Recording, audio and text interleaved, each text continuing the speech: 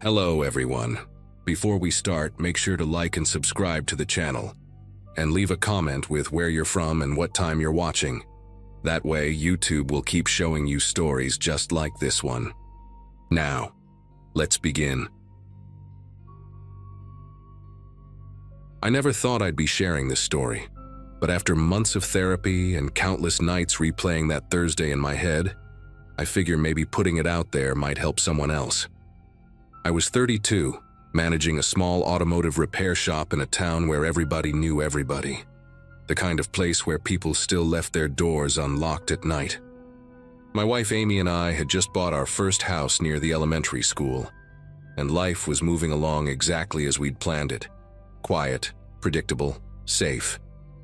I'd been pulling 12-hour days trying to get the shop ready for the busy season. And that particular evening in late October, I'd stayed until almost 11 fixing Mrs. Thompson's old Buick because she needed it for her doctor's appointment the next morning. The only gas station open that late was the Shell on Route 47, about 3 miles outside of town, where the street lights ended and the cornfields began. I knew the night clerk, Raymond, a kid fresh out of high school who always had his earbuds in and a Monster energy drink sweating on the counter. My truck's fuel light had been glaring at me for the last 5 miles, and I figured I'd grab a coffee too. Maybe one of those packaged sandwiches that had been sitting there since noon.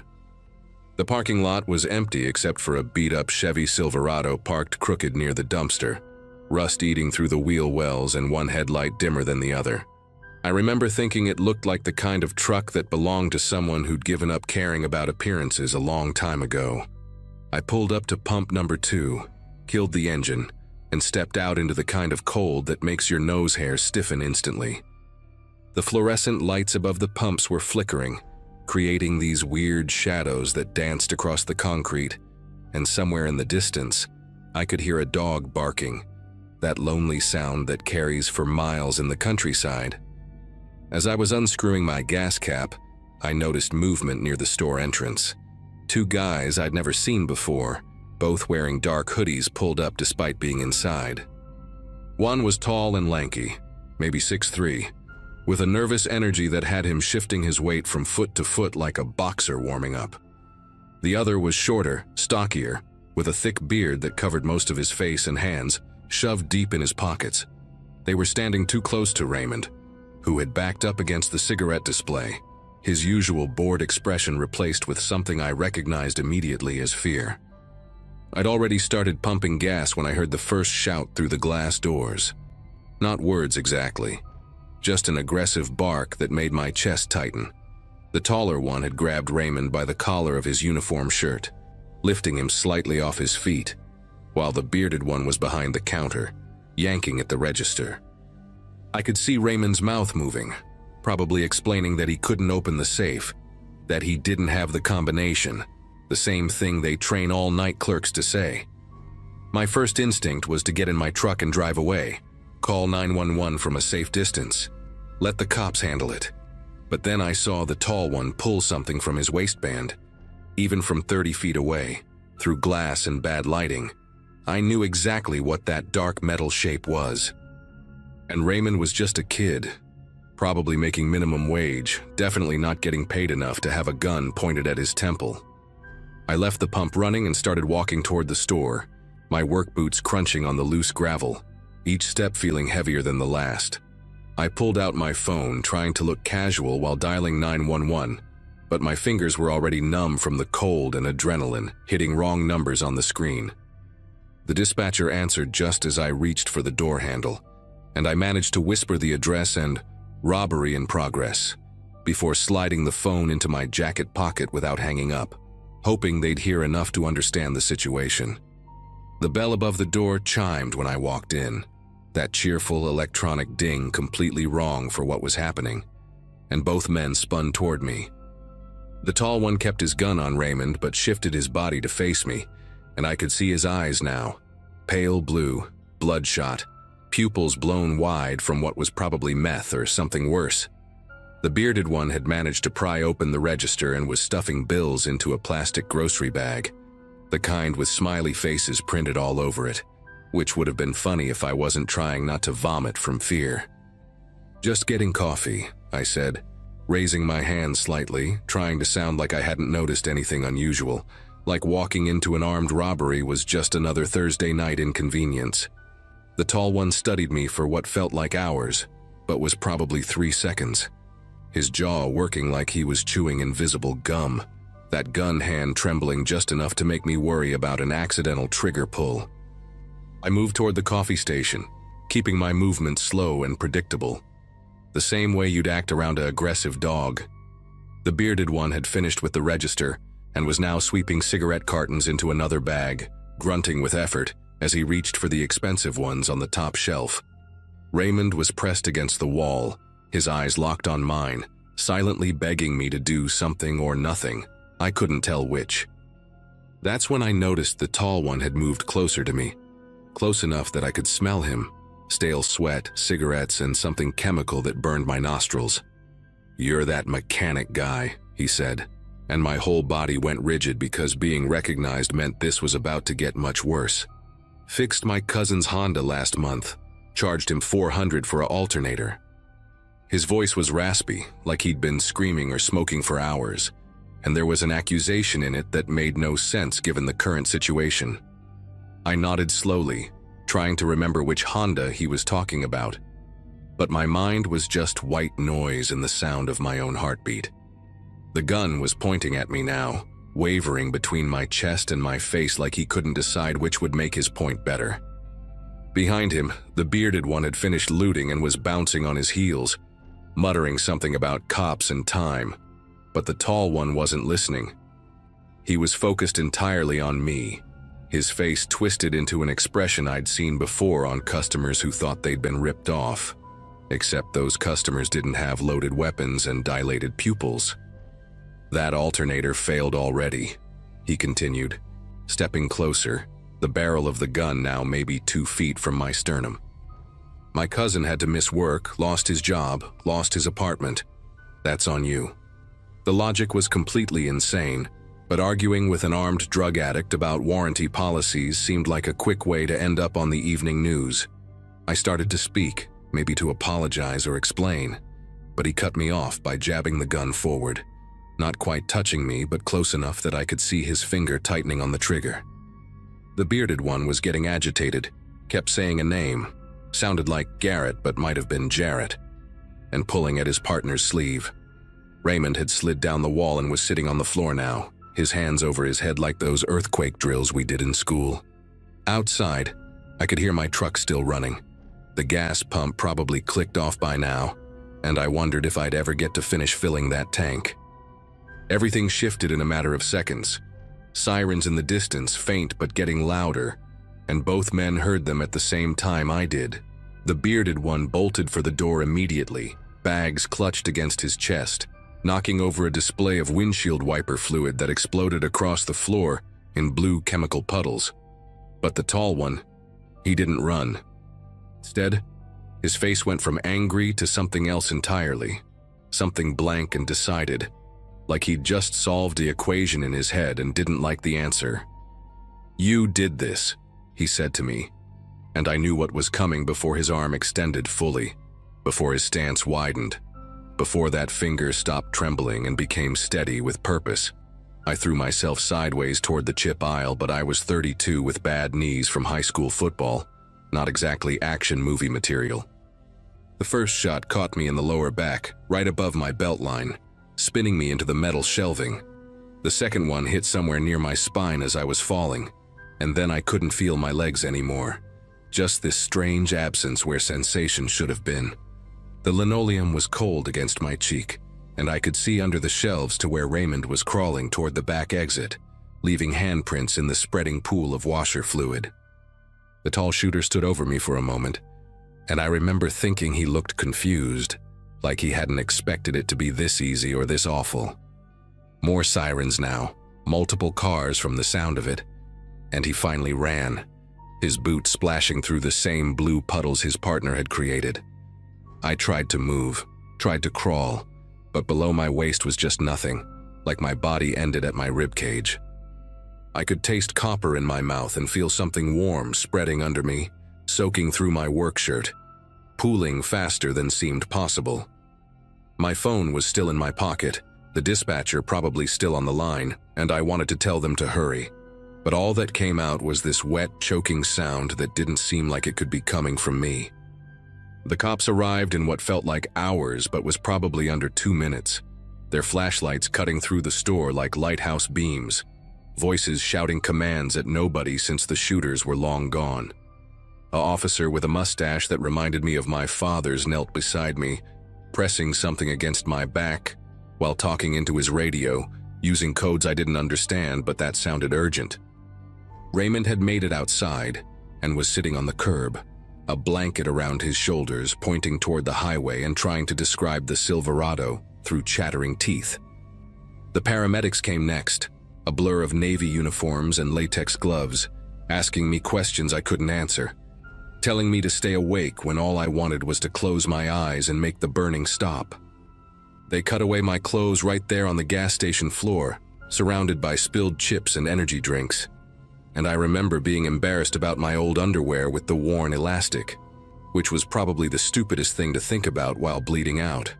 One of them, a woman with a septum piercing who looked too young to be saving lives, held my hand while they got me on the backboard, and she kept saying I was doing great, that I was so strong, lies that somehow still helped. The next months were a haze of surgeries, medical terms I couldn't pronounce, and learning that incomplete spinal injury meant I'd probably never walk normally again, if at all. They caught both men 3 days later at a motel 40 miles north. The tall one was named Jerome Bassett. The bearded one was Douglas Kirby, names that became permanent residents in my head. Jerome got 25 to life. Douglas got 15. Numbers that seemed both too much and not enough for what they'd taken from me. Amy had to sell my shop because we needed the money for medical bills and house modifications, ramps, grab bars, a hospital bed that made our bedroom look like a care facility. The town rallied around us, fundraisers at the VFW hall, meal trains that lasted months.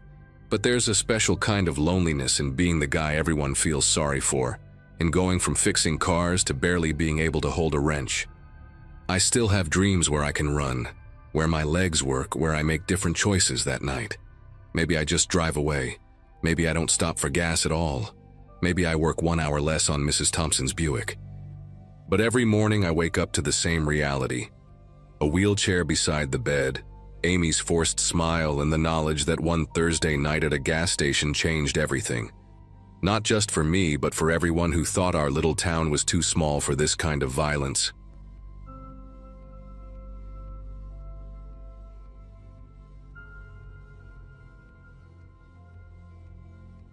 Most people join Facebook groups to connect with their community, maybe sell some old furniture or find out about local events. That's all I wanted when I moved to Millbrook 2 years ago. Just a simple way to meet people and feel less alone in a new place. I was 28, had just gotten divorced, and was starting fresh with a job at the local veterinary clinic. The town had maybe 8,000 people, the kind of place where everyone waves at each other but nobody really knows your business unless you tell them. I lived in a small rental house on Oakwood Drive, nothing fancy, just a 2-bedroom with a big maple tree in the front yard that turned the most incredible shade of orange every fall. Life was quiet, predictable, exactly what I needed after the chaos of my marriage falling apart. The Facebook group was called Millbrook Community Board and had about 3,000 members, basically half the town. People posted about lost dogs, garage sales, recommendations for plumbers, complaints about teenagers speeding down residential streets. Normal stuff. I introduced myself with a simple post. Hi everyone, just moved here and working at Riverside Vet Clinic. Happy to be part of this community. Got maybe 40 likes, a dozen welcome comments, felt good about it. For the first few weeks I just scrolled through, learning who the town characters were. There was Betty who commented on everything, Tom who always had something to sell, and Nancy who posted sunset photos every single evening without fail. I started recognizing these names, feeling like I was getting to know the rhythm of the place, the personalities that made Millbrook what it was. Everything changed on a Tuesday morning in early June. I'd posted a photo of a golden retriever puppy that had come into the clinic. One of those feel-good posts that usually gets tons of hearts and smiley faces. Within minutes, I had a private message from someone whose profile name was just J. Smith. Generic as hell. Profile picture was just a landscape photo of some mountains. The message said, "That's such a cute puppy, almost as cute as you looked this morning in your yellow sundress at the coffee shop." The one with the little daisies on it. My whole body went rigid. I'd worn that exact dress to Sunrise Cafe that morning, had been there for maybe 15 minutes grabbing a latte before work. The dress was new, I'd only worn it twice, and the daisies were tiny. You'd have to be pretty close to notice them. I checked the profile immediately. Created just a month ago. No friends visible, no posts, no photos except that generic mountain scene that looked like it came from a stock photo website. The cover photo was just black. Nothing else. I told myself maybe it was someone from the coffee shop who recognized me from my introduction post. Maybe they were just socially awkward. Didn't know how creepy that sounded. But then another message popped up while I was still staring at the profile. "You should try their blueberry muffins tomorrow. I think you'd like them. You seem like someone who appreciates the sweeter things." The way it was written, the assumption that I'd be there tomorrow, the weird personal observation at the end, everything about it made my chest tight. I didn't respond, just took screenshots and closed Facebook, tried to focus on work, tried to convince myself I was overreacting. The messages kept coming over the next 3 days, always when I was actually doing something they referenced. "Hope that salad from Garden Bistro was good. You look tired, maybe add more protein," came through while I was literally still eating lunch at the restaurant. "Your neighbor's dog seems to really like you. The way you pet him every evening around 6:15 is sweet." Arrived at 6:20 p.m., 5 minutes after I'd gone inside from talking to Mrs. Garrett and her beagle. "That gray Toyota needs a new tire, the back left one. You should get that checked before something happens." Showed up right after I parked at home. Each message had this casual, concerned tone, like we were friends, like this was normal. But embedded in every word was the fact that this person was watching me constantly, cataloging my routines, my choices, my interactions with other people. I started changing everything. Drove different routes to work, even though Millbrook only had so many streets. Stopped going to Sunrise Cafe. Started making coffee at home with the blinds drawn. Parked my car in the garage instead of the driveway, even though the garage door stuck and took forever to open. But the messages adapted. "Missing your usual spots? Don't let fear change who you are." Then, "The blue curtains in your bedroom look nice, but you should consider blackout shades. Better for sleep." That one made me vomit. My bedroom faced the backyard, surrounded by a 6-foot fence and thick bushes. To see my curtains, someone would have to be in my yard, close to the house, deliberately looking. I called the police that night, spoke to Officer Daniels, who took notes but seemed skeptical. "Facebook drama," he called it. Said unless there were explicit threats, there wasn't much they could do. Told me to block the profile and install motion lights. I blocked J. Smith immediately after hanging up with the police. For about 6 hours, I actually felt like I could breathe again. Then around midnight, a new friend request, John S. Miller. Different profile, same mountain photo, created that very day. The first message came through before I could even process what was happening. "Blocking me won't help. I'm trying to look out for you. That locksmith you Googled earlier has terrible reviews. Use Henderson's instead. They're more trustworthy."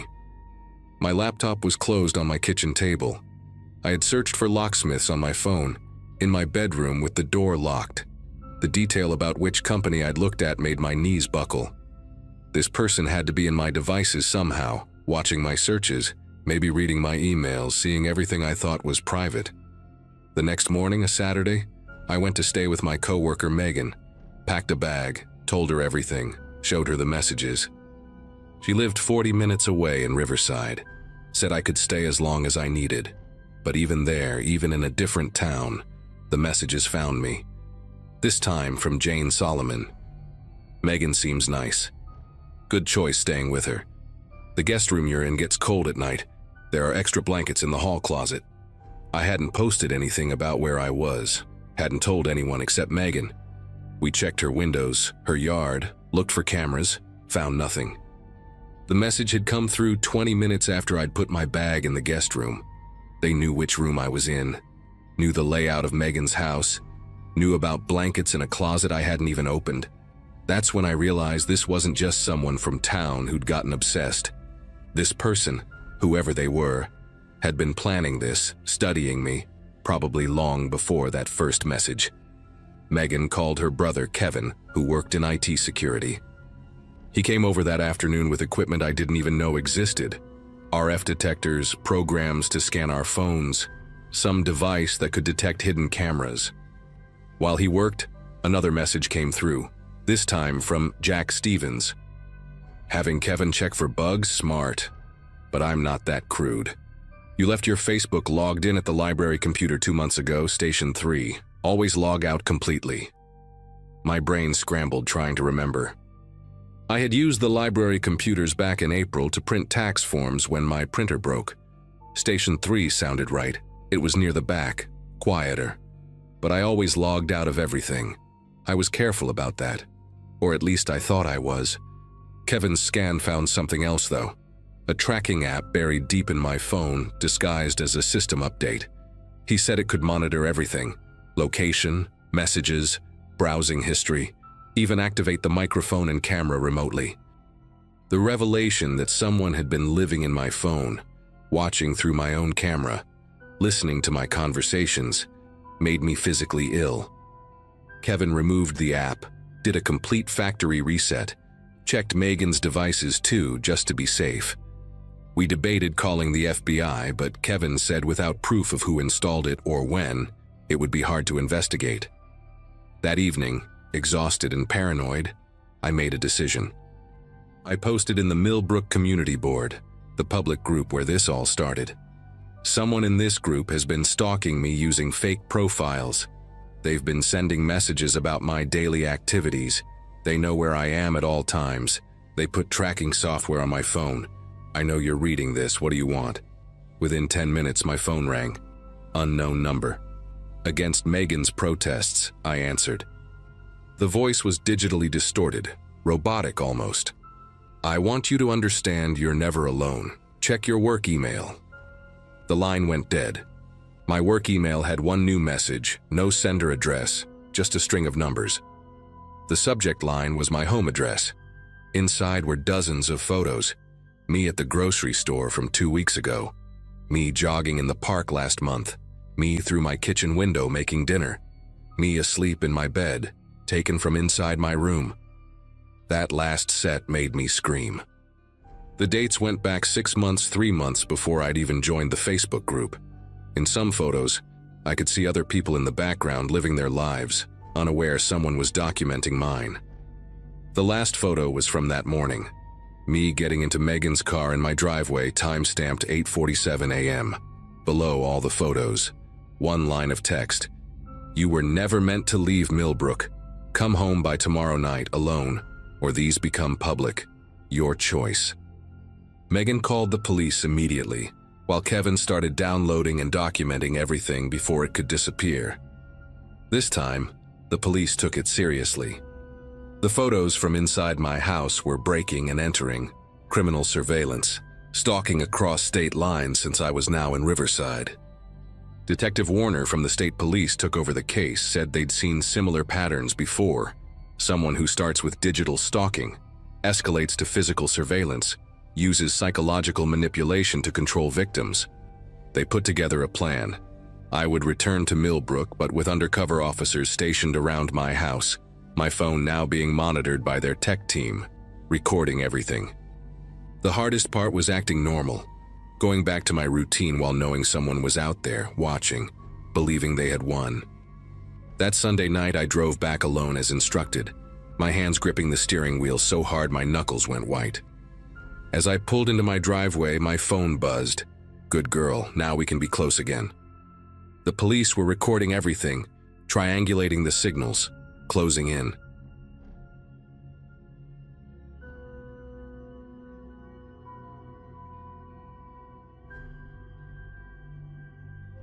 I need to tell someone about what happened to me last year, because keeping it inside is eating me alive.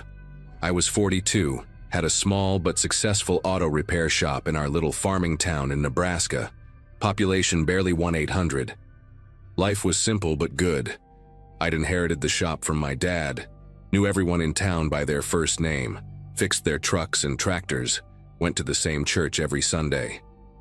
My wife Carol and I had just finished paying off our mortgage, had some money saved up, and our daughter was about to start her senior year of high school. Everything I'd worked 20 years for was finally coming together, and I thought I was being smart about protecting it. The person who destroyed my life wasn't some stranger from the city or anonymous scammer calling from overseas. It was Harold Brennan, who lived 3 houses down from me for 15 years. Harold wasn't just my neighbor. He'd been at my wedding, helped me rebuild my garage after the tornado in 2018, sat with me in the hospital when Carol had her appendix removed. His son played baseball with my nephew.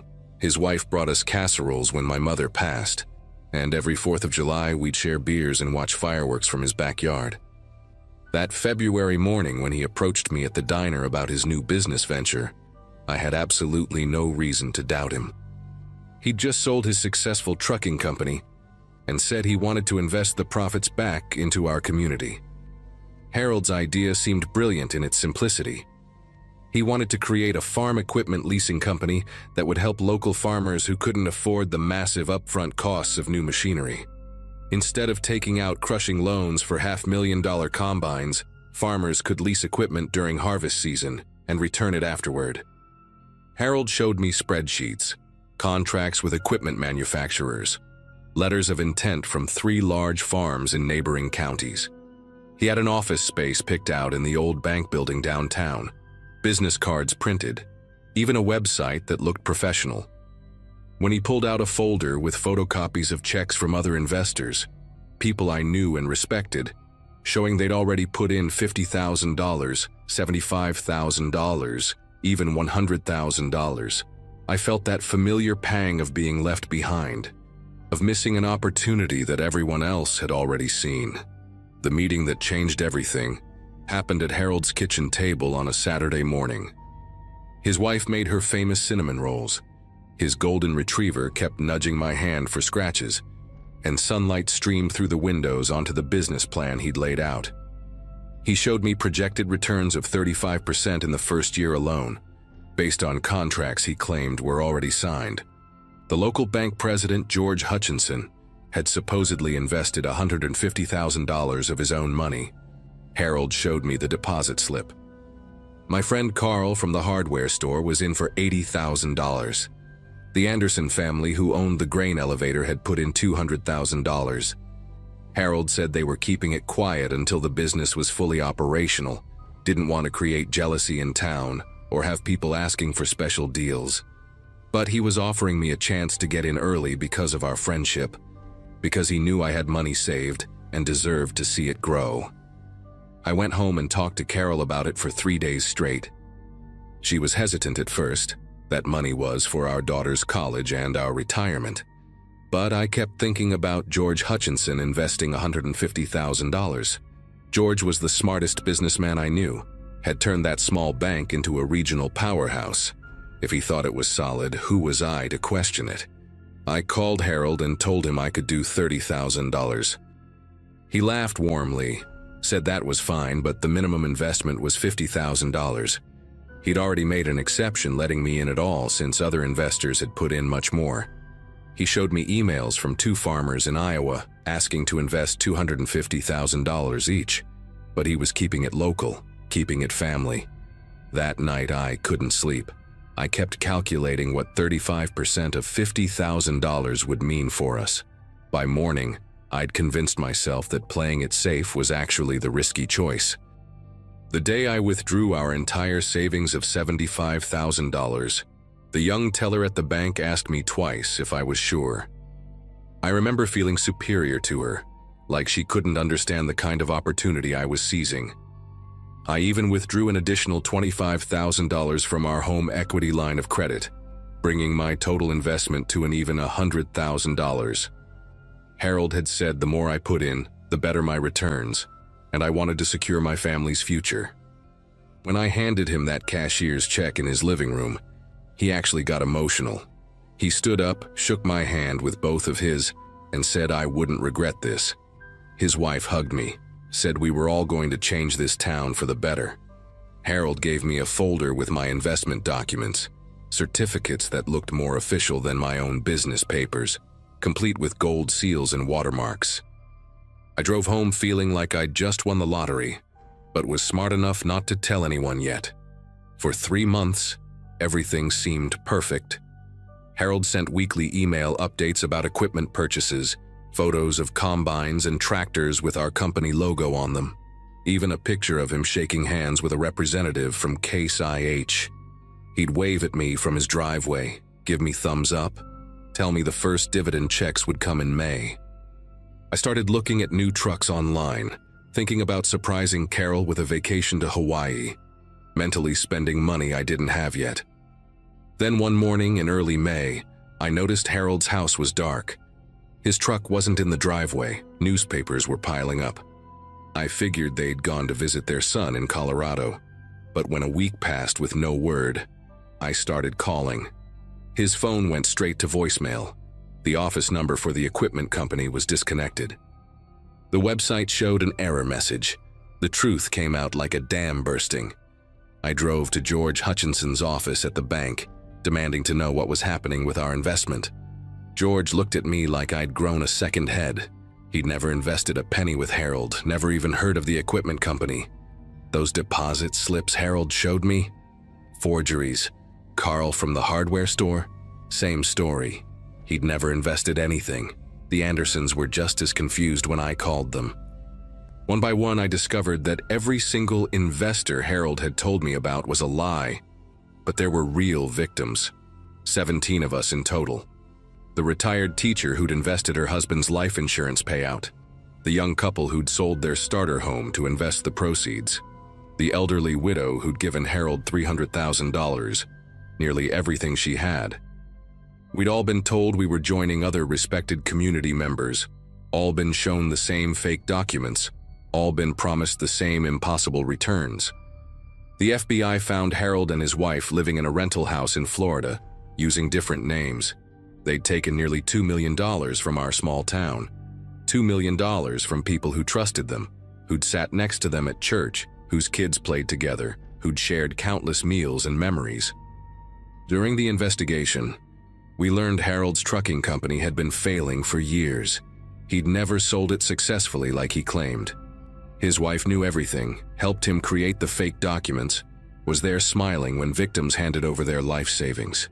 The trial was held in federal court in Lincoln, and watching Harold in an orange jumpsuit, refusing to make eye contact with any of us, made me physically sick. He got 12 years. His wife got 7. Some people said that wasn't enough, but no amount of prison time would bring back what we'd lost. The financial destruction was immediate and brutal. I had to tell Carol that our savings were gone, that we now owed $25,000 on a home equity loan for money that had vanished, that our daughter would need student loans for college. The look on her face will haunt me forever, not anger, just profound disappointment and fear. I took every repair job I could find, worked 70-hour weeks, but it wasn't enough. We had to sell Carol's car, cash out my small retirement account with massive penalties, borrow money from her parents, which destroyed my pride. Our daughter, straight A student who'd gotten into her dream school, enrolled in community college instead. She never complained, never blamed me, which somehow made it worse. The marriage survived, but it changed. Carol stopped trusting my judgment, started handling all our finances, would get quiet whenever money came up. We became roommates raising a child together, the easy warmth between us replaced by careful politeness. But worse than losing the money was losing my place in the community. Small towns have long memories, and I became the guy who'd been stupid enough to fall for Harold's scheme. People who'd known me my whole life would stop talking when I walked into the diner.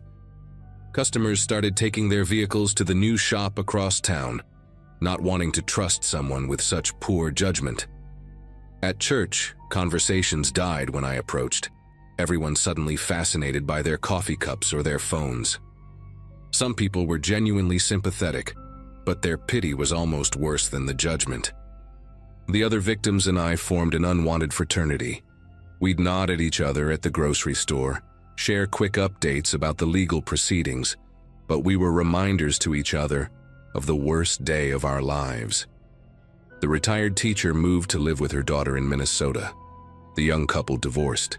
The elderly widow had to sell her family farm that had been in her family for 4 generations. I still live in the same town, still run my shop, though business never fully recovered. Carol and I are working through it, going to counseling, slowly rebuilding something different than what we had before. Our daughter graduated from community college, got a job, seems to be doing okay despite everything. The FBI recovered about $400,000 of the stolen money, which meant each victim got back roughly 20 cents on the dollar. I got a check for $20,000, which didn't even cover the home equity loan. Harold will be out of prison in 8 years with good behavior. Sometimes I drive past his old house, now owned by a young family from Des Moines, who got it cheap at the foreclosure auction. They painted it yellow, put up a swing set, have no idea about the destruction that was planned at that kitchen table. The new owners wave at me sometimes, friendly and oblivious, and I wave back, carrying my anger and shame quietly, privately, the way you do in a small town where everyone knows your failure but pretends they don't.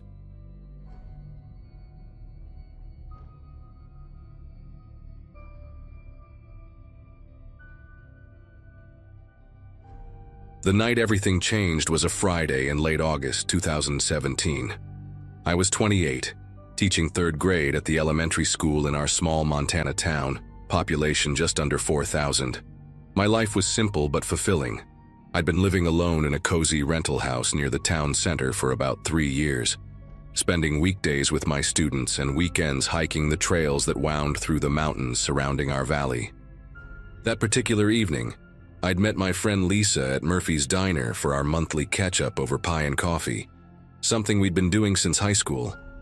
The diner sat on Main Street, only about a 15-minute walk from my place, and I always enjoyed the stroll home, especially on warm summer nights when the air smelled like pine and the crickets created a peaceful soundtrack.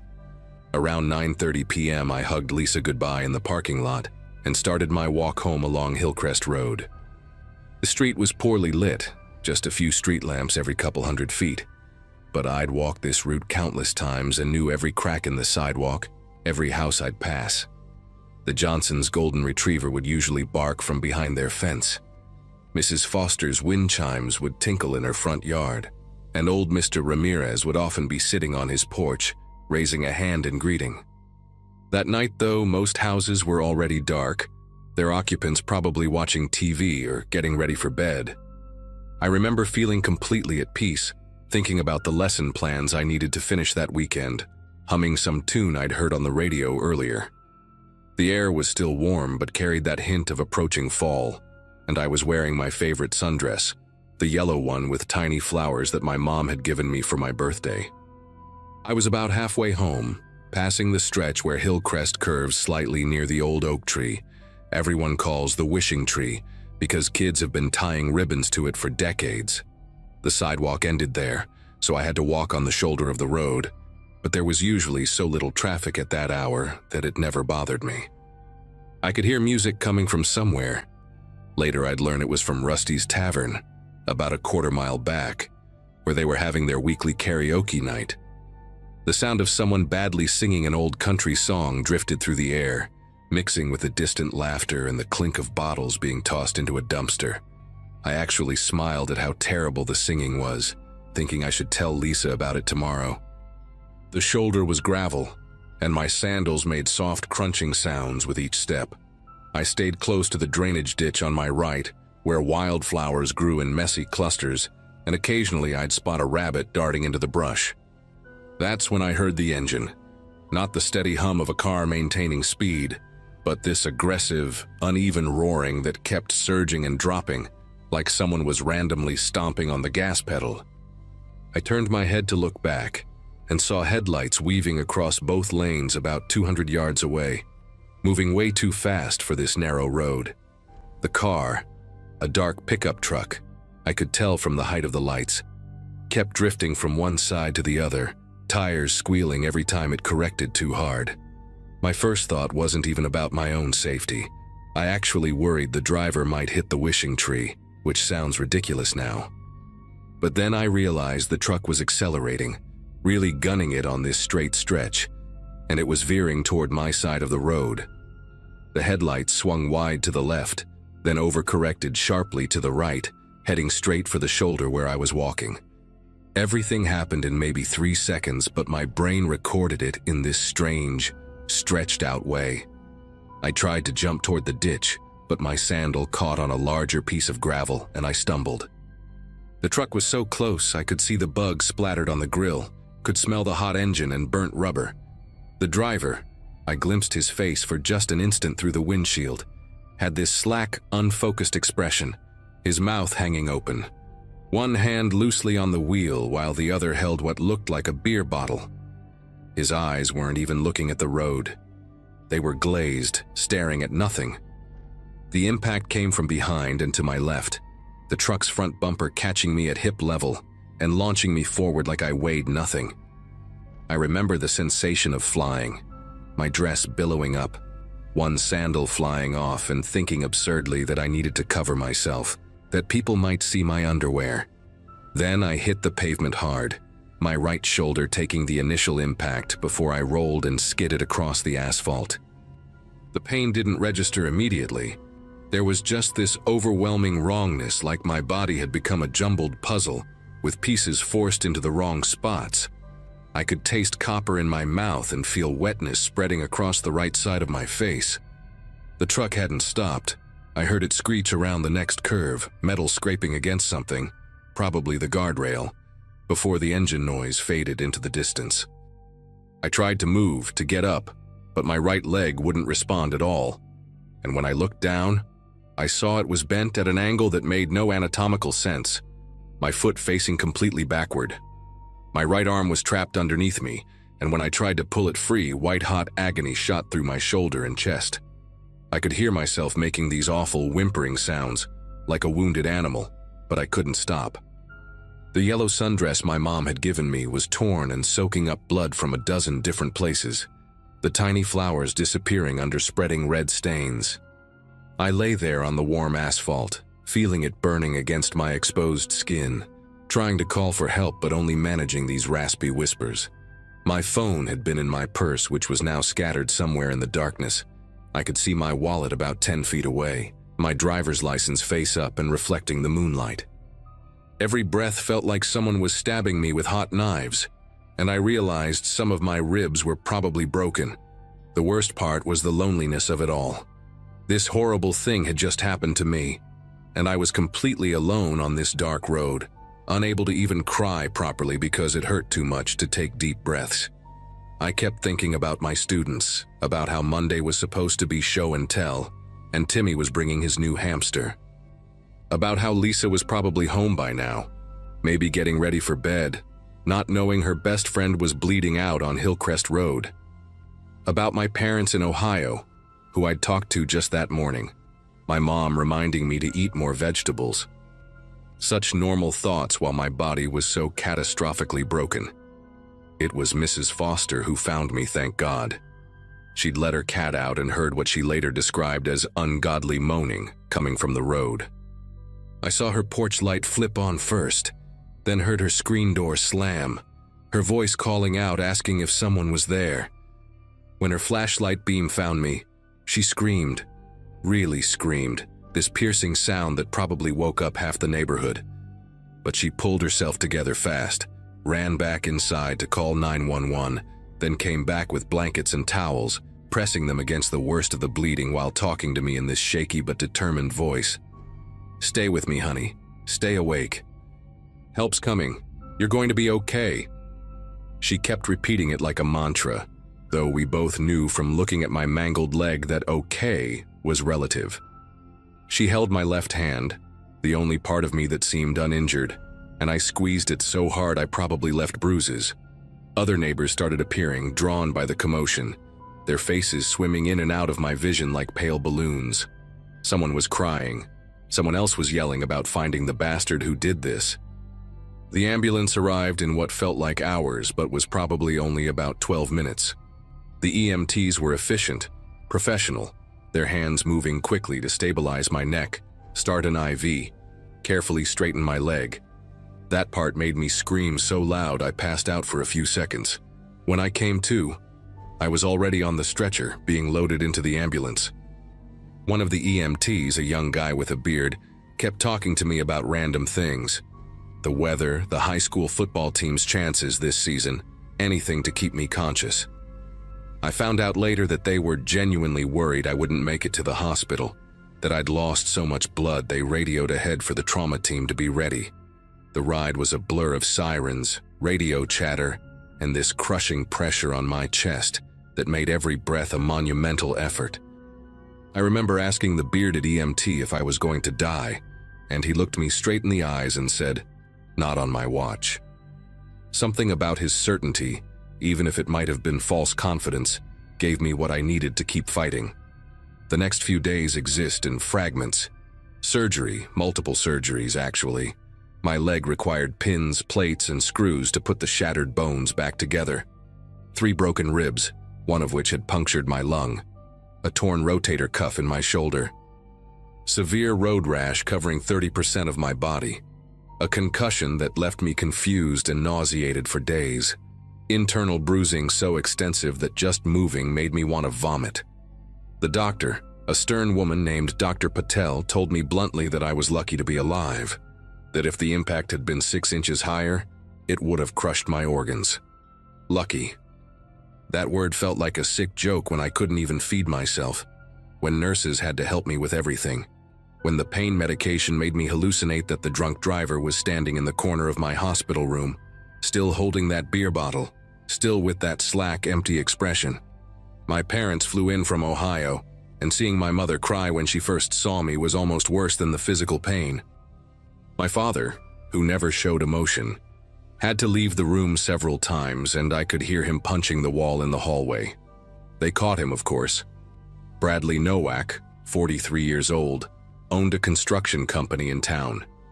He'd driven home, parked his truck in his garage, and gone to bed like nothing had happened. The police found him the next morning after someone reported seeing his damaged truck with blood on the bumper. His blood alcohol was still above the legal limit 8 hours after he'd hit me. He claimed he thought he'd hit a deer, didn't realize it was a person. The detective who interviewed me in the hospital told me Nowak had 2 prior DUIs, had just gotten his license back 6 months earlier. When they showed him my photo, apparently he broke down crying, saying he knew my family, that his daughter had been in my class 2 years ago. That detail haunted me. I remembered his daughter, Chloe, a sweet girl who loved to draw butterflies. How do you reconcile that the man who read to his daughter at night, who showed up to parent-teacher conferences, was the same person who got behind the wheel drunk and destroyed my life? The detective said Nowak wanted to apologize to me in person, but I couldn't do it. I still can't. Some things can't be fixed with sorry. The recovery was its own kind of hell. 3 months in the hospital and rehabilitation center, learning to walk again with a leg that would never be the same. Physical therapy sessions that left me sobbing from pain and frustration. The medical bills that exceeded my teacher's insurance coverage, forcing me to move back in with my parents in Ohio because I couldn't afford my rent anymore and couldn't navigate my house's stairs anyway. The school had to hire a long-term substitute, and by January, they'd made the position permanent. I understood. They couldn't wait indefinitely, but it still felt like another loss. My life in that small Montana town, the one I'd built so carefully over years, was gone. The independence I'd cherished, the simple pleasure of walking wherever I wanted, the ability to trust that the world was generally safe, all of it had been ripped away in 3 seconds by a man who chose to drink and drive. Even now, 6 years later, I walk with a pronounced limp, can't run at all, and every time I hear tires squeal or an engine rev, my whole body tenses up, ready for impact.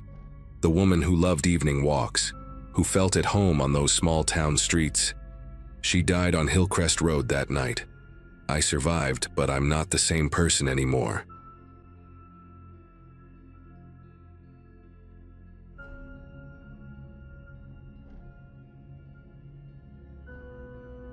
The call came at 2 a.m. on a Wednesday in late September 2022. I was 26, living in a cramped apartment above the hardware store where I worked, in our little town of Millfield, Arkansas. Population barely scraping 4,000, the kind of place where everyone knew your business before you did. My younger brother Eddie was 23, still lived with our mom, worked nights stocking shelves at the supermart on Highway 22. The police said they found him behind Gus's Quick Stop, the convenience store 3 blocks from the supermart. Single gunshot wound to the chest. They kept using this phrase that made me want to punch walls. Wrong place, wrong time. Like Eddie just wandered behind some random store at 1 in the morning for no reason. Like he was some kind of idiot who got himself killed by accident. Eddie wasn't stupid. He was careful, almost paranoid sometimes. He'd text me when he got to work, text me when he left. That night, his last message came at 12:47 a.m., heading home, stopping for smokes at Gus's. 15 minutes later, he was dead. The detective, this older guy named Briggs with coffee stains on his tie, told me they had no witnesses, no cameras that caught anything useful. He said Eddie's wallet was still in his pocket, $43 cash inside. His phone was right there next to him, screen cracked but working. Nothing stolen. Briggs kept pushing this robbery gone wrong theory that made zero sense. When I pressed him about why a robber would shoot someone and take nothing, he just shrugged, said maybe Eddie fought back, scared them off. But here's what really got me. There were no defensive wounds on Eddie's hands, no signs of a struggle. Someone just executed my brother and walked away. I couldn't let it go. Started hanging around Gus's Quick Stop, talking to anyone who'd listen. Gus himself, this Lebanese guy who'd owned the place for 15 years, got real nervous when I asked questions. Kept wiping his hands on his apron, looking at the door like he expected someone to walk in. He said he was home that night, didn't know anything. But his employee, this kid named Travis who worked mornings, let slip that Gus had been there until 2 a.m. doing inventory. Strange thing to do inventory the same night my brother died out back. I started going there every day, buying coffee, just watching. Noticed certain people would go straight to the back office without buying anything. They'd stay maybe 5 minutes, come out empty-handed. Gus would always walk them out, patting their shoulders like old friends. The breakthrough came from Eddie's phone. The police gave it back to our mom after their investigation, and I went through everything. His photos, his texts, his notes app where he kept random thoughts. Found something from 2 weeks before he died. Saw Brandon Hewitt behind Gus's again. 3rd time this week, always after midnight, always carrying duffel bags into that shed. Brandon Hewitt was someone everybody in Millfield knew to avoid. 30-something, lived in a big house on the north side that he definitely couldn't afford on paper. Drove a black Escalade with tinted windows. His official job was consultant, whatever that meant. People crossed the street when they saw him coming. Even the cops seemed to give him space, and apparently my brother had been watching him. I started doing what Eddie had done, watching. Parked my truck down the street from Gus's after midnight, different spots each time. Within a week, I saw the pattern. Every Monday and Friday around 1 a.m., Brandon's Escalade would pull up. He'd go behind the store, toward this old metal shed that supposedly held supplies. 10 minutes later, different cars would arrive. Regular people, some I recognized, like Mrs. Holloway's son Paul, the one who dropped out of college, or Jennifer Martinez who worked at the bank. They'd go back there too, come out quick, drive away. The shed had a padlock that looked new, heavy-duty, not the rusty thing you'd expect on a storage shed. I took pictures with my phone, dozens of them, license plates, faces, times. Started a notebook like Eddie had, documenting everything. Then I made a mistake. Got too bold, too angry. One Friday night after Brandon left, I walked right up to that shed. The padlock was still warm, like someone had been holding it. There was this chemical smell coming from under the door, sharp and wrong. Made my eyes water. I was taking pictures of the lock when I heard footsteps on gravel. Turned around and there was Gus, standing 10 feet away with a baseball bat. But he wasn't looking at me. He was looking behind me. Brandon's Escalade was back, parked sideways, blocking the alley exit. Brandon got out slow, deliberate, like he had all the time in the world. He was wearing latex gloves. That detail still haunts me. The way those gloves caught the light from the street lamp. "You're Eddie's brother," Brandon said. Not a question. His voice was calm, almost friendly, which made it worse. Shame about what happened. Real tragedy. He stepped closer, and I could smell his cologne, something expensive and suffocating. "Your mom's having a hard time, I heard." Medical bills from her diabetes treatment. Tough situation. The threat was so casual, so clear. He knew about my mom's condition, knew where she lived, knew her schedule. Smart family, though. Eddie was smart, until he wasn't. Gus hadn't moved, still holding that bat, sweating through his shirt despite the cool night. Brandon pulled out his phone, showed me a photo. It was me, at my apartment window, taken from the street. Timestamp from 3 hours ago. We notice things in this town. People watching, people asking questions, people who don't know when to grieve quietly. I ran. Not proud of it, but I ran hard, vaulted over a chain-link fence, cut through backyards I'd known since childhood. Could hear Brandon laughing behind me, not even bothering to chase. Got to my truck and drove straight to the police station. Detective Briggs was there, working late. I showed him everything, the photos, the notes, Eddie's phone. He looked through it all, real careful, then closed my notebook and slid it back. "You need to stop this," he said quietly, "for your mother's sake." That's when I understood. Briggs knew. They all knew. The whole town knew, and nobody would do anything because Brandon Hewitt owned too many people, had too much dirt, controlled too much of the money flowing through our dying little town. But I couldn't stop. Eddie deserved better than being another buried secret in Millfield. I drove to the state police barracks 40 miles away, walked in at 3 a.m. with everything I had. The trooper on duty, a woman named Officer Reeves, actually listened, really listened, called her supervisor, then another. By sunrise, I was in a room with 3 state investigators going through every detail. They already had a file on Brandon Hewitt, turned out. Been building a case for 2 years but couldn't get anyone local to talk. Eddie's notes, my photos, they were the missing pieces. They needed someone willing to testify, someone with nothing left to lose. That was me. They put me and my mom in protective custody that same day, moved us to a motel 2 towns over while they worked. The raids happened on a Sunday morning. 17 arrests, including Brandon, Gus, and 2 Millfield police officers. They found the lab in a basement beneath the shed. Been cooking meth for 3 years, distributing across 4 counties. The local news called it the biggest drug bust in state history. But what broke me was what they found in Brandon's house. A handgun, recently fired, ballistics matched to the bullet that killed Eddie, and a recording on his security system from that night. Him talking to someone on the phone saying, "The kid knows, saw him taking pictures of the shed." Eddie died because he tried to do the right thing, because he collected evidence of what everyone else was too scared to see. The trial lasted 3 weeks. I testified for 2 days straight, voice steady even when Brandon stared at me from the defense table. His lawyer tried to paint Eddie as involved, said he was behind that store to buy drugs. But the prosecution had Eddie's work schedule, his text to me, the timeline that proved he was just passing through. They had Brandon's voice on that recording, clear as day. The jury took 4 hours. Guilty on all counts: murder, drug manufacturing, distribution, racketeering, life without parole. Gus got 25 years. The cops got 15 each. When they read the verdict, Brandon finally looked scared. All that power he had, all those people he owned, meant nothing in that courtroom. My mom cried for the first time since Eddie's funeral. Not sad tears, relieved ones. We never went back to Millfield.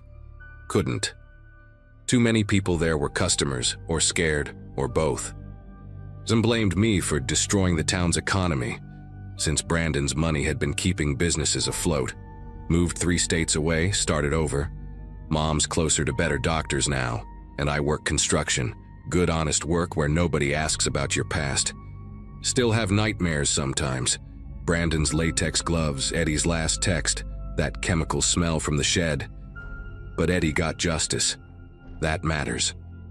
His notebook sits in my desk drawer, his careful handwriting documenting what he saw, what got him killed, what ultimately brought down the biggest secret in our town. He was braver than any of us knew, braver than I'll ever be. And every morning when I wake up somewhere safe, somewhere Brandon Hewitt can't reach, I think about how Eddie saved this town, even if it cost him everything.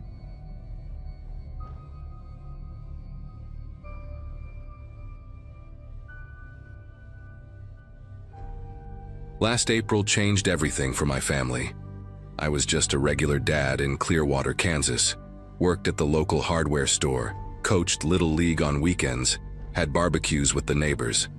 My son Jason had just turned 17, was getting ready for his senior year, talking about college applications and which schools had good engineering programs. He spent most of his time either at basketball practice or working his part-time job at the grocery store downtown. That morning started like any other. I made coffee, Jason grabbed a protein bar on his way out. My wife Laura kissed us both goodbye before heading to the elementary school where she taught 3rd grade. By sunset, our entire world had collapsed, and I found myself doing something I never imagined, investigating a murder to save my son. The call came around noon while I was helping a customer pick out paint colors. Sheriff Dawson's voice was strange, formal in a way that immediately made my chest tighten. He asked me to come down to the station, said Jason was there, said there had been an incident. The 15-minute drive felt like hours, my mind racing through every possible scenario. Had he been in an accident? Was he hurt? Had something happened at work? When I walked into that station and saw my son sitting in an interrogation room, his face pale and confused, while deputies stood guard outside, reality hit me like a physical blow. They were charging him with the murder of Ashley Brenner, a 19-year-old who worked at the coffee shop 3 blocks from Jason's grocery store. She'd been found that morning in the alley behind her apartment building, and somehow, impossibly, they thought my son had killed her. The evidence seemed damning at first glance. Security footage showed Jason walking past that alley around 10:30 p.m. the previous night, right around the time they estimated Ashley had died. His backpack had been found in a dumpster 2 blocks away, though Jason swore he'd lost it at basketball practice 3 days earlier. Most devastating was that Ashley's roommate claimed she'd heard Ashley on the phone that night, upset, saying Jason's name repeatedly. The sheriff kept emphasizing these points while I sat there in disbelief, watching my son's future crumble. But here's what didn't sit right with me from the very beginning. Jason had been home by 9:45 that night. I remembered clearly because we'd watched the end of the game together, argued about whether the refs made the right call on that last play. The timeline they were pushing meant he would have had to leave our house again, commit this terrible crime, dispose of evidence, and return home, all without Laura or me noticing. I spent that first night after they arrested him going through everything, unable to sleep, unable to eat, just poring over every detail I could remember. Laura cried until she had no tears left, then threw herself into calling lawyers, calling family, calling anyone who might help. But I kept thinking about what Jason told me during those 5 minutes they'd given us together. He said Ashley had been scared of someone lately, that she'd mentioned it to her co-worker Madison when they'd all grabbed lunch together the week before. He said Ashley kept checking her phone, kept looking toward the door of the restaurant, kept apologizing for being distracted. Police dismissed this when I brought it up, said kids make up stories when they're desperate, said the evidence spoke for itself. Sheriff Dawson, who'd known our family for 15 years, who'd been at Jason's baptism, looked me in the eye and said sometimes we don't really know our children. That's when I realized, if I wanted to save my son, I'd have to find the truth myself. The next morning, while Laura met with lawyers, I started at the coffee shop where Ashley had worked. Madison was there, eyes red from crying, hands trembling as she made lattes.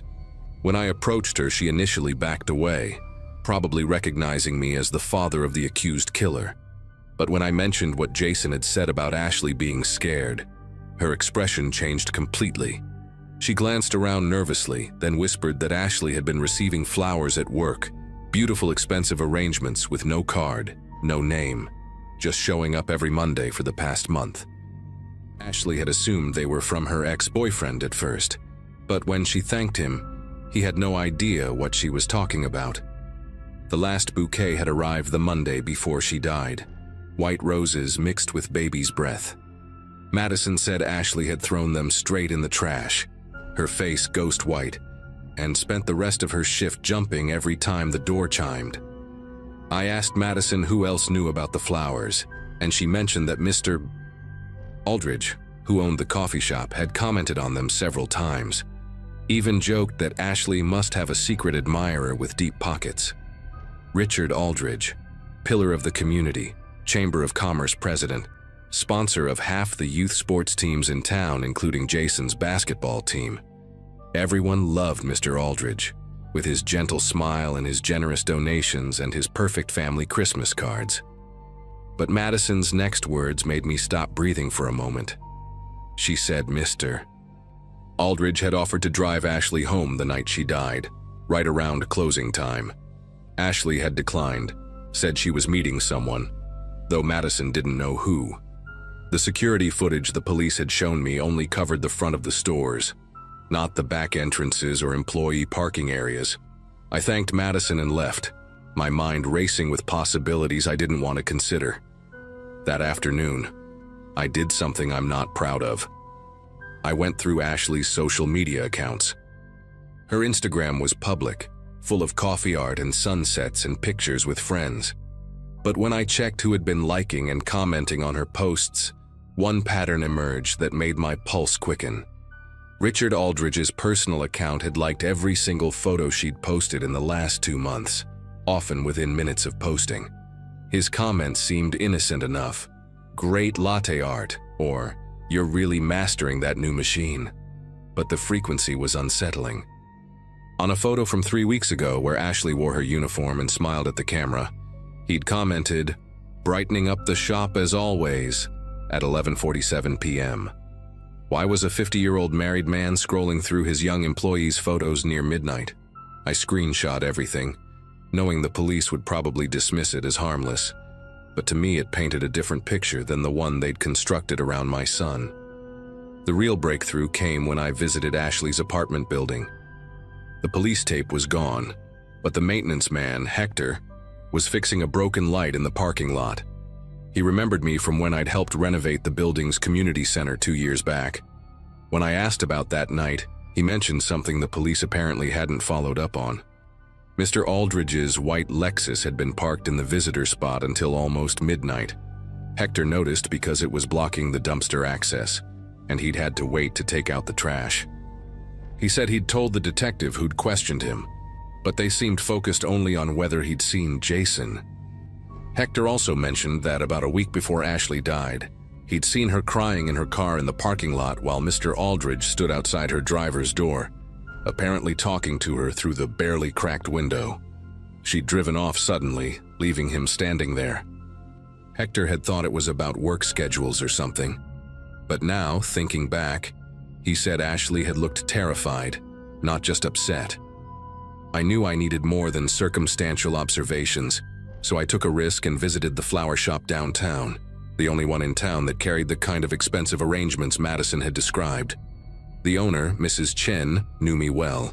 I'd built custom shelving for her store last winter. When I described the arrangements Ashley had been receiving, she immediately knew what I was talking about. Those specific bouquets, always white roses with baby's breath, had been special orders, paid in cash every Friday for pickup on Monday morning.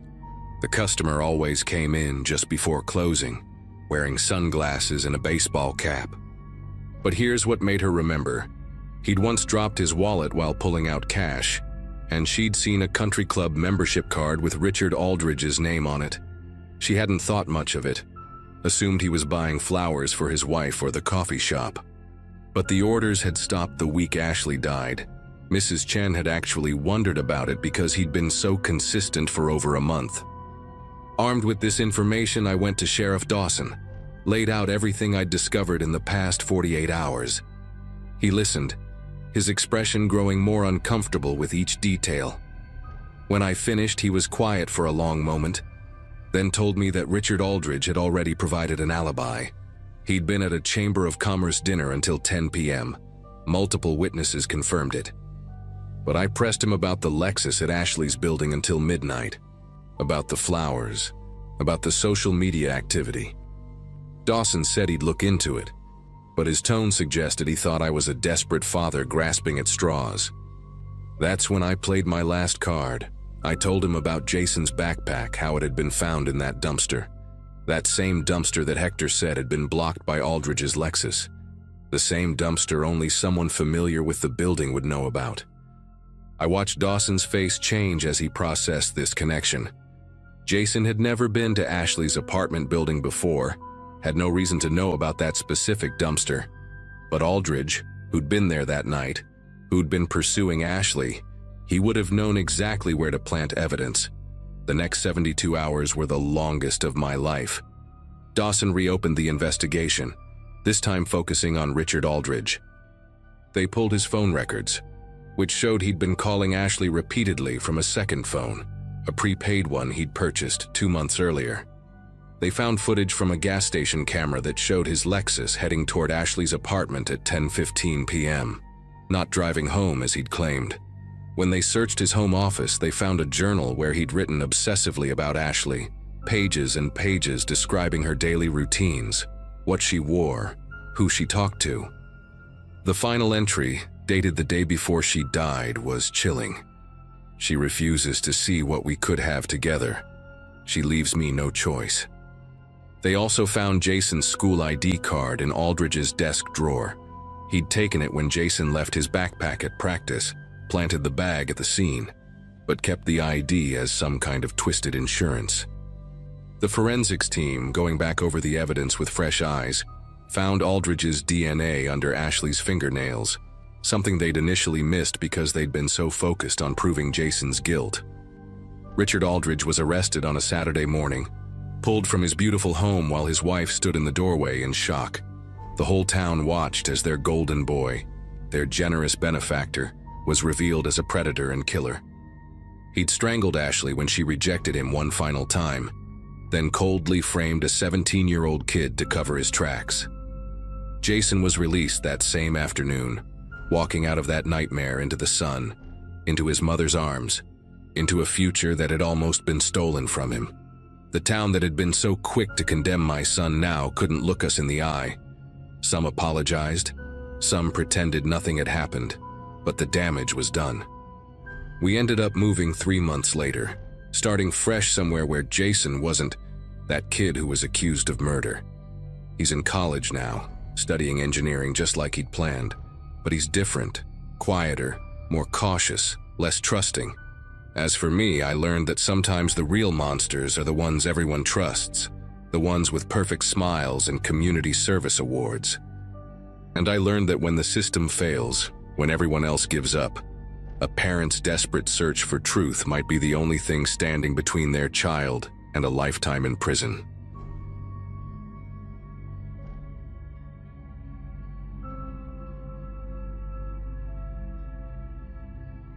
It had been a quiet season for me back then. I was living with my wife and our 2 kids in a farmhouse just outside a small town, the kind of place where nights were still, and the loudest thing you'd hear was the wind pushing against the old barn doors. Life wasn't perfect, but it was steady. I'd wake early for work, we'd spend evenings together, and the house had always felt like a safe little bubble, separated from whatever chaos happened in town. That night I remember sitting at the kitchen table after everyone had gone to bed, going through some unpaid bills and sipping on coffee. I shouldn't have been drinking that late. The first thing that caught my attention was the crunch of gravel in the driveway. Our place sits back from the road, and no one ever pulls in that late unless they know us. I thought maybe a neighbor's truck had broken down, or a friend had stopped by unannounced. But when I peeked through the window, the vehicle that rolled up didn't look familiar. The headlights cut off immediately, plunging everything back into darkness. I just stood there in the kitchen, listening. My dog, Scout, who usually barked at the slightest sound, was dead quiet, crouched low with his ears pinned back. That silence unsettled me more than the car itself. Before I had time to process it, the front door rattled violently. It wasn't a knock. It was someone forcing it, the kind of sound that makes your chest tighten instantly. I yelled for my wife, and within seconds, she was by the hallway with our son and daughter half asleep, confused.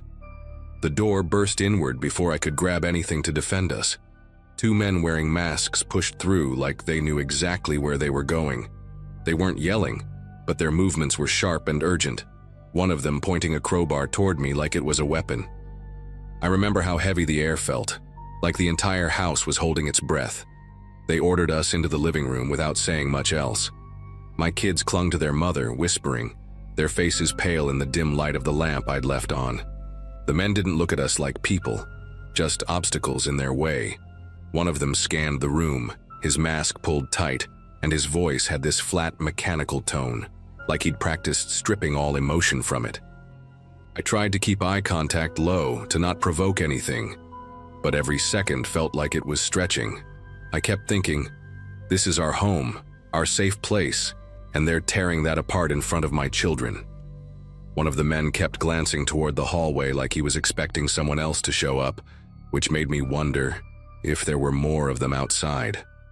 The second man rifled through drawers, pulling things out and tossing them on the floor without even looking. It wasn't random chaos. It felt like they were searching for something specific. The strangest part is they barely looked at valuables. My wife's purse was on the table, untouched. Instead, they focused on cabinets, locked boxes, even old storage bins we hadn't touched in years. Every scrape of a drawer or slam of a cupboard echoed like a gunshot in the stillness of that room. At some point, the taller man motioned at me with the crowbar and demanded I open the safe in the basement. The thing is, that safe was a rusted metal box my father had left me. Nothing inside but paperwork and old keepsakes. Still, I led him down, trying to steady my voice so my kids wouldn't hear panic in it. The basement light flickered as it warmed up, throwing uneven shadows across the cement walls. He shoved me forward, impatient, and I had this eerie sense that if he didn't like what he found, the night would take a turn I couldn't control. When I unlocked the box and showed him the contents, he cursed under his breath. He pulled out some yellowed documents and tossed them on the ground like they were worthless, though he had clearly been expecting something. He stood there for a moment, breathing hard behind the mask, the crowbar resting against his leg. Then he leaned closer, almost whispering, "Where is it?" That question haunts me more than anything else, because I had no idea what he meant. Before I could even respond, the other man shouted from upstairs, and he bolted up the steps, leaving me staring at a pile of papers that suddenly felt heavier than they ever had before.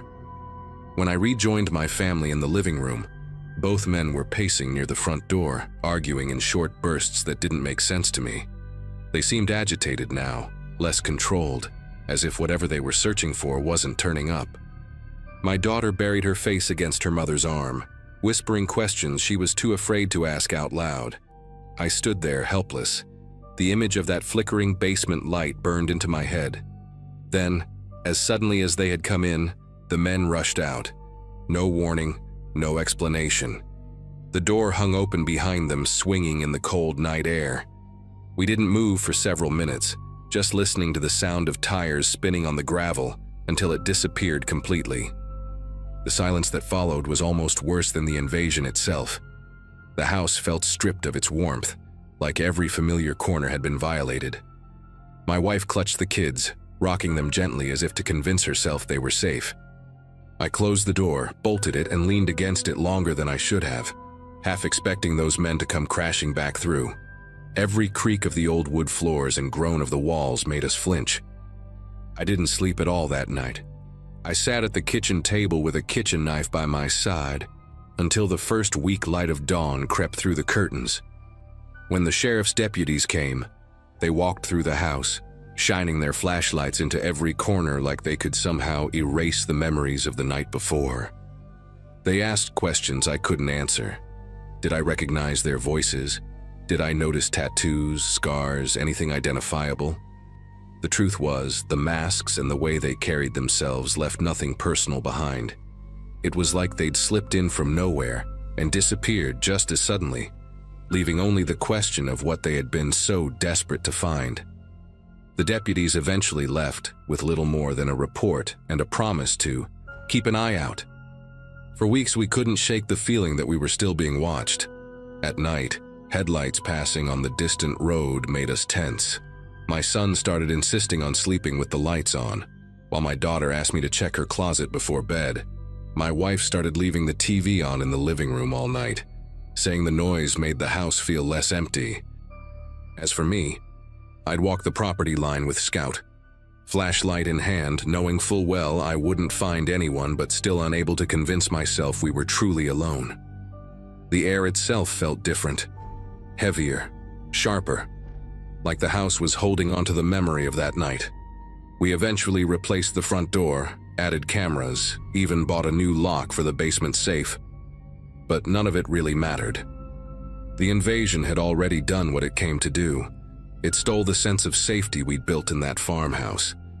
Even now, years later, I'll wake up in the middle of the night, straining to hear if gravel is crunching outside or if it's just a dream replaying itself. I don't know what those men were after, and I doubt I ever will. What I do know is that our home hasn't felt the same since, and maybe it never will.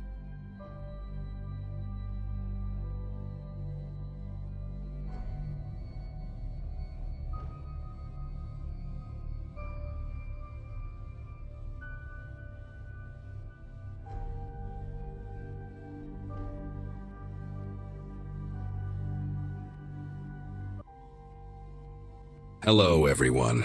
Before we start, make sure to like and subscribe to the channel, and leave a comment with where you're from and what time you're watching. That way, YouTube will keep showing you stories just like this one. Now, let's begin. The windshield wipers barely kept up with the rain that Thursday night in March, and my GPS showed another 40 miles to Indianapolis. Every muscle in my body ached from 12 straight hours behind the wheel, pushing through construction zones and detours that turned a simple drive into an endurance test. At 32, I'd gotten used to life as a pharmaceutical sales rep, bouncing between medical clinics across 3 states. But that didn't make the endless highways any easier. The roadside inn appeared through the downpour like a refuge. 2 stories of faded blue doors wrapped around a pothole-filled parking lot, the kind of place where truckers and traveling salespeople like me went to disappear for 8 hours before hitting the road again. The neon sign out front had maybe 4 working letters, casting this sickly yellow glow over the puddles, and I remember thinking that even this dump would feel like paradise after the day I'd had. The lobby smelled like mildew and whatever pine-scented chemical they used to mask it. Behind the desk sat this rail-thin kid, maybe 20, with gauged ears and a face full of acne scars, scrolling through his phone with the dedication of someone who'd perfected the art of ignoring customers. He slid a key card across the counter without making eye contact. Room 214, 2nd floor, end of the hallway. Dragging my suitcase up those concrete stairs felt like climbing a mountain, each step echoing off the walls in that hollow, empty way that makes you realize nobody builds these places to last. Room 214 sat wedged between a vending machine that rattled like it was trying to escape and what looked like a maintenance closet with a water-stained "Do Not Enter" sign hanging by one piece of tape. The second I opened my door, I heard them. Voices from room 216, already raised in anger. The woman's cigarette-rough voice cut through the wall like a rusty knife, while the man's words stumbled over each other, thick with alcohol and rage. I tried to ignore them at first, focusing on peeling off my rain-soaked jacket and kicking off shoes that squelched with every step. The room was exactly what you'd expect for $59 a night. A queen bed with a comforter that had mysterious stains despite being supposedly clean. A tube TV from the 90s bolted to the dresser, and carpet that had probably been beige once but now existed in some indefinable color, between brown and gray. The arguing next door escalated while I unpacked my overnight bag, their words becoming clearer through the paper-thin walls. She kept screaming about some woman named Vanessa, accusing him of meeting her at the truck stop, while he roared back that she was paranoid and crazy. Then came the crash, something heavy hitting their wall so hard that my mirror rattled. A door slammed, and suddenly their fight spilled into the hallway, her shrieking echoing off every surface while his boots stomped back and forth on that industrial carpet. Through the peephole, I watched them in that fishbowl distortion. She was maybe 45, wearing a faded Harley-Davidson tank top that exposed arms covered in blurry tattoos, her bleached hair hanging in greasy strands around a face twisted with fury. He towered over her, this massive guy in a flannel shirt with the sleeves torn off, revealing thick arms that he kept clenching and unclenching while he swayed on his feet. She shoved him hard enough that he stumbled backward into the wall opposite their door, and that's when he noticed me watching. Not directly, but he must have sensed movement at my peephole because his bloodshot eyes snapped toward my door. I jerked back, heart hammering, and heard him say something to her about that bitch in 214 before she grabbed his arm and yanked him back toward their room. For maybe 10 minutes after their door slammed shut, I sat on the edge of my bed still fully dressed, debating whether to call down to the front desk or just try to sleep through whatever drama was unfolding next door. The relative quiet didn't last long. Around 11:30, just as I'd finally changed into pajamas and was trying to find something watchable on the ancient TV, the pounding started on my door. Not knocking, pounding, like someone trying to break through with their fist. "I know you called them," the man's voice boomed from the other side, each word soaked in bourbon or whiskey or whatever poison he'd been drinking. "Open this door right now. You got no business calling nobody about me and mine." My whole body went rigid as I sat there in my oversized t-shirt and shorts, remote control clutched in my hand like some useless weapon. He kept hammering on the door, and I could see it actually flexing inward with each blow, that cheap hollow wood bending under his assault. The chain lock and deadbolt suddenly seemed laughably inadequate. "I saw you watching through your little hole, you nosy bitch. Think you're better than us? Think you can just call whoever you want?" The irony was that I hadn't called anyone, hadn't even picked up the phone, but there was no way I was going to open that door to explain. His girlfriend joined him in the hallway, and I could hear her trying to pull him away, but her voice had changed from angry to something else, almost gleeful. "Bobby, come on, leave her alone," she said, but then added louder, definitely meant for me to hear. "We'll deal with this different. I got cousins 20 minutes from here. My cousin Ricky just got out, and he owes me a favor. We'll handle this the right way." Bobby, at least now I had a name for the mountain of rage outside my door, gave one final slam that made the doorframe crack audibly before letting her lead him away. Through the peephole, I watched them stumble back to 216, her whispering in his ear while shooting glances back at my door. The way she smiled while doing it made my intestines twist into knots. I immediately called the front desk, my voice shaking as I told the kid what happened. He sounded bored, maybe even annoyed, but said he'd send security up. Security turned out to be a 60-year-old man in an ill-fitting uniform who looked like he couldn't secure a sandwich, let alone handle Bobby.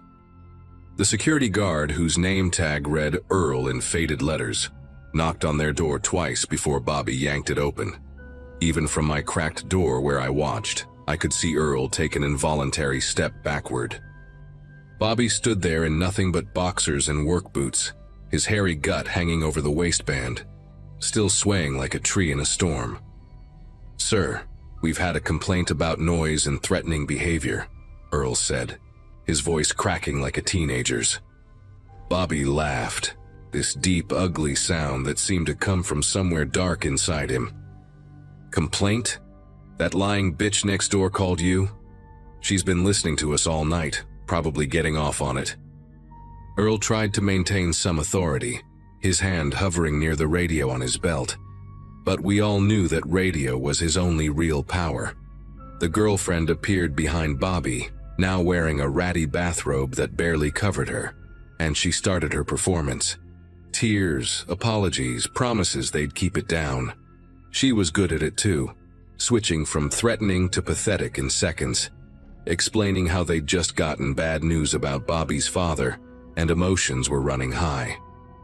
Earl bought it completely, or maybe he just wanted an excuse to leave. He gave them what he probably thought was a stern warning, threw a glance at my door that seemed to say, "Stop causing trouble," and shuffled back toward the stairs. The second Earl disappeared, Bobby turned to my door and made a throat-cutting gesture with his thick finger, mouthing words I couldn't hear, but definitely understood.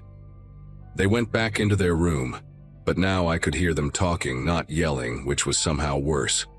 The girlfriend's raspy voice carried through the wall. "I'm texting Ricky right now. Him and Tommy can be here in 20 minutes. That bitch wants to play games, we'll show her games." My phone battery was at 12%, and the charger was in my car. I threw on my jeans and jacket over my pajama shirt, shoved my wallet and keys in my pocket, and started packing everything else frantically into my suitcase. Every sound from next door made me pause. Footsteps, low voices, and then what sounded like furniture being moved around. At 12:47 a.m., I know the exact time because I kept checking my dying phone, I heard car doors slamming in the parking lot below. Through my window, which faced the front, I saw a beaten-up Chevrolet Silverado with those ridiculous raised wheels parked crooked across two spaces. Two men got out, and even from the second floor I could tell they were trouble. The driver was skinny but tall, wearing a white tank top despite the cold, with arms covered in what looked like prison tattoos. The passenger was shorter but built like a refrigerator, bald head gleaming under the parking lot lights. They didn't walk toward the lobby. They headed straight for the exterior stairs, like they knew exactly where they were going. That's when I knew I had to leave immediately. I grabbed my suitcase and purse, not even bothering to zip anything properly, and crept to my door. Through the peephole, I could see the hallway was empty, but I could hear new voices in room 216, male voices that hadn't been there before. They were laughing about something, and then I heard Bobby say my room number clear as day. The stairwell at the opposite end of the hallway, the one near the broken ice machine, was my only option since Ricky and Tommy had come up the stairs near room 216. I slipped out of my room as quietly as possible, not even letting the door click shut behind me, and practically ran down that hallway in my socks, dragging my suitcase with the wheels up so they wouldn't make noise. Behind me, I heard their door open just as I reached the stairwell. "Where'd that bitch go?" Bobby's drunk voice echoed down the hallway. My car was parked on the opposite side of the building from their truck, a small Mercy. I threw my suitcase in the back seat and started the engine with shaking fingers, not even putting on my seatbelt before throwing it in reverse. As I pulled out of the parking lot, I saw them in my rearview mirror. 4 figures standing in the second-floor hallway outside my room, Bobby's massive frame unmistakable even from a distance. The girlfriend was pointing at my car, and I saw the 2 new guys start running toward the stairs. I floored it out of that parking lot, my little Ford Focus screaming as I pushed it harder than I ever had before. The rain had stopped, but the roads were still slick, and I took the on-ramp to I-70 at probably twice the safe speed, my car fishtailing slightly before finding grip. For the first 5 miles, I kept checking my mirrors obsessively, convinced I'd see that jacked-up Silverado's headlights bearing down on me any second. Every pair of high beams made my chest tighten until they passed or turned off. I didn't slow down until I'd put at least 15 miles between me and that hellhole of a hotel. My phone finally died completely somewhere around the 10-mile mark, leaving me with no GPS and no way to call for help if they somehow caught up. But I knew there was a 24-hour truck stop about 30 miles ahead. I'd stopped there for coffee on my way through before. I made it there in under 20 minutes, probably collecting several speeding tickets from traffic cameras I was too panicked to care about. The truck stop was lit up like a football stadium, full of semis and a few other cars. Blessed normalcy after the nightmare I'd just escaped. I parked right in front of the main entrance, under the brightest lights I could find, and sat there for probably 10 minutes just breathing and watching for that Silverado. When I finally went inside, the night manager, this older black woman with kind eyes behind thick glasses, took one look at my face and asked if I needed her to call someone. I borrowed her phone charger and called the police from the truck stop, filing a report about the threats and harassment. They said without physical harm or property damage, there wasn't much they could do except maybe send someone to check on the hotel.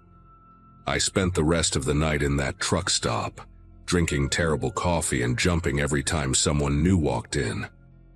Around 6 a.m., when the sun finally came up and the normal morning crowd started filing in, I felt safe enough to continue my drive.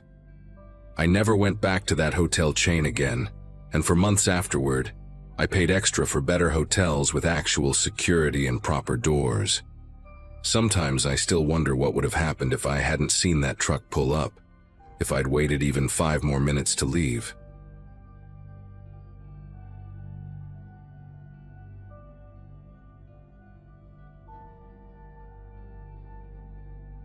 I'd been manning the front desk at the Starlight Motor Lodge for about 6 months when it happened. 22 years old, drowning in student loan debt from a community college degree that wasn't getting me anywhere. I needed whatever work I could find. The overnight shift paid an extra $3 an hour, and honestly, sitting alone in a quiet lobby from 11 p.m. to 7 a.m. seemed like a decent deal. My manager, Diane, this chain-smoking woman who always reeked of too much perfume, had made it sound simple enough when she hired me. Keep the coffee fresh, stay awake, maybe check in a trucker or two, she'd said, already lighting up a cigarette as she walked me through the basics. The motel sat 40 miles outside Denver, right off a stretch of highway that got pretty desolate after dark. Most nights were mind-numbingly boring, exactly what I'd signed up for. I could study for my IT certifications, watch Netflix on my laptop, basically get paid to sit there. Until that Friday night in early November when a man showed up who made me realize just how vulnerable I really was. That particular night had started with an unexpected cold snap, the kind that makes you dig out your winter coat earlier than planned. Around 1 a.m. I was settled behind the reception desk, clicking through coding tutorials, while the building's ancient heating system coughed and sputtered overhead. The lobby wasn't much to look at. Wood paneling straight out of 1975, 2 leather chairs with splits down the middle that leaked yellow foam, and a coffee maker that turned everything into liquid tar. Through the wall of windows facing the parking lot, our flickering neon vacancy sign painted everything in waves of red light, making the empty spaces between parked cars look deeper than they actually were. We had maybe 8 rooms filled, a family with 2 kids who checked in around dinner, plus our usual handful of construction workers who rented by the week. The fluorescent tubes above me buzzed their constant electric hum, and I had one earbud in, half paying attention to a podcast about network protocols while keeping my other ear free for the bell that would chime if anyone pushed through the front door. Around 1:47 a.m., I remember the exact time because I'd just glanced at the computer clock. I noticed movement in the parking lot. At first, I figured it was just someone from one of the rooms heading to their car for something they'd forgotten. But the way this person moved caught my attention. He was walking between the parked cars in this weird, indirect path, like he was trying to stay in the shadows cast by our one working streetlight. Male, probably mid-30s, wearing a dark jacket despite the cold and jeans that looked wet at the bottom, like he'd been walking through the drainage ditch that ran behind the property. He kept stopping every few steps, turning his head slowly to scan the windows of the ground floor rooms. The way he moved reminded me of someone casing a place, checking for witnesses. I pulled out my earbud completely and minimized my laptop screen, suddenly very aware that I was the only employee here, that the nearest police station was 25 minutes away on a good day. The man disappeared from view for maybe 30 seconds, hidden by a pickup truck parked near the lobby entrance. When he emerged, he was closer, maybe 15 feet from the main doors. Under the harsh white light of our entrance area, I got my first real look at him. Thin face, patchy beard that looked like it hadn't been trimmed in weeks, and eyes that kept darting around like a cornered animal. His right hand was tucked inside his jacket, holding something close to his body, and that's when I saw it. The unmistakable outline of a pistol grip printing through the fabric. My mouth went completely dry. He wasn't here for a room. The way he kept that hand pressed against his side, the way he was studying the lobby through the glass like he was memorizing the layout, everything about his body language screamed wrong. I reached under the desk where Diane had shown me the emergency button that would alert the police, but my fingers were trembling so bad I could barely feel the plastic casing. He started walking toward the entrance, and each step made my chest tighten like someone was slowly turning a vise. The automatic doors were turned off after midnight, another cost-cutting measure, so the only way in was to pull the handle. I watched him reach for it with his left hand, the right still buried in that jacket, still gripping whatever he had in there. The handle rattled as he tugged, and thank God, thank everything holy, I'd actually remembered to lock it at midnight like I was supposed to. His face changed when the door didn't budge, morphing from focused determination to this flash of pure rage that made my whole body go rigid. He yanked harder, making the glass shake in its frame, and that's when he looked directly at me. Not through me, not past me, at me, like he'd known I was there all along and had just been pretending not to notice. He pressed his face against the glass, leaving fog marks with his breath, and mouthed something I couldn't understand. Then he pulled the gun partially out of his jacket, just enough so I could see the black metal, and pointed at the door lock with his other hand. I knew exactly what he wanted, and every instinct in my body was screaming at me to run, to get out through the back office, to put as much distance between me and that door as possible. But I couldn't move. It was like my legs had turned into concrete pillars, keeping me frozen behind that desk, while this man stood 3 inches of glass away from me with a weapon. He started pounding on the door with his free hand, hard enough that the impact echoed through the empty lobby. "Open up!" he shouted, his voice muffled but still clear enough to hear the desperation in it. "I know you're in there, just open the door." His breath was coming out in these big white clouds that spread across the glass, and I could see spit flying from his mouth as he yelled. Behind him, the parking lot was completely still. No headlights on the highway. No one stepping out for a smoke, just him and me and that door between us. My hand finally found the panic button and I pressed it, held it down for the required 3 seconds that would send a silent alarm to the police station. But 3 seconds feels like 3 hours when someone's trying to break down a door to get to you. The pounding got worse, and then he did something that made every hair on my arm stand straight up. He took 3 steps back, pulled the gun completely out of his jacket, and aimed it directly at the lock mechanism. I hit the floor behind the desk so fast I scraped both knees on the rough carpet, just as the first shot rang out. The sound was incredible, not like in movies where it's this controlled pop, but a crushing explosion that seemed to shake the entire building. Glass didn't shatter everywhere like I expected. Instead, there was just this perfect hole surrounded by a spider web of cracks right where the lock had been. I heard him pulling at the door again, cursing when it still wouldn't open. The deadbolt at the top was still engaged, the one I'd flipped out of habit even though Diane always said one lock was enough. From my position on the floor, I could see under the desk to where his feet were shuffling outside, kicking at the bottom of the door frame like he was trying to force it off its track. Then came the second shot, aimed higher, and this time a chunk of glass did fall, scattering across the lobby floor in pieces that caught the red neon light like broken rubies. I army crawled toward the back office, my phone in my pocket pressing hard against my hip, remembering suddenly that I had it, that I could call 911 myself instead of just hoping that silent alarm actually worked. Behind me, I heard him reaching through the hole he'd made, grunting as he tried to find the deadbolt from the inside. His arm wasn't long enough. The bolt was set too far from the door frame, and his frustrated screaming was getting louder, more unhinged. "You think you're smart," he kept shouting. "You think this is gonna stop me?" I made it to the office doorway and pulled out my phone, my fingers slipping on the screen as I tried to unlock it. Through the doorway, I could see him pulling his arm back out, and then he started shooting again. 3 more shots in rapid succession, each one punching another hole through the glass, expanding his reach. The sound of my own breathing was so loud in my ears I could barely hear the dispatcher when the call connected. 911, what's your emergency? The woman's voice was calm, professional, everything I wasn't in that moment. I tried to speak but only managed this weird croaking sound, so I swallowed hard and forced the words out. "Starlight Motor Lodge, Highway 285. There's a man with a gun. He's shooting through the door trying to break in."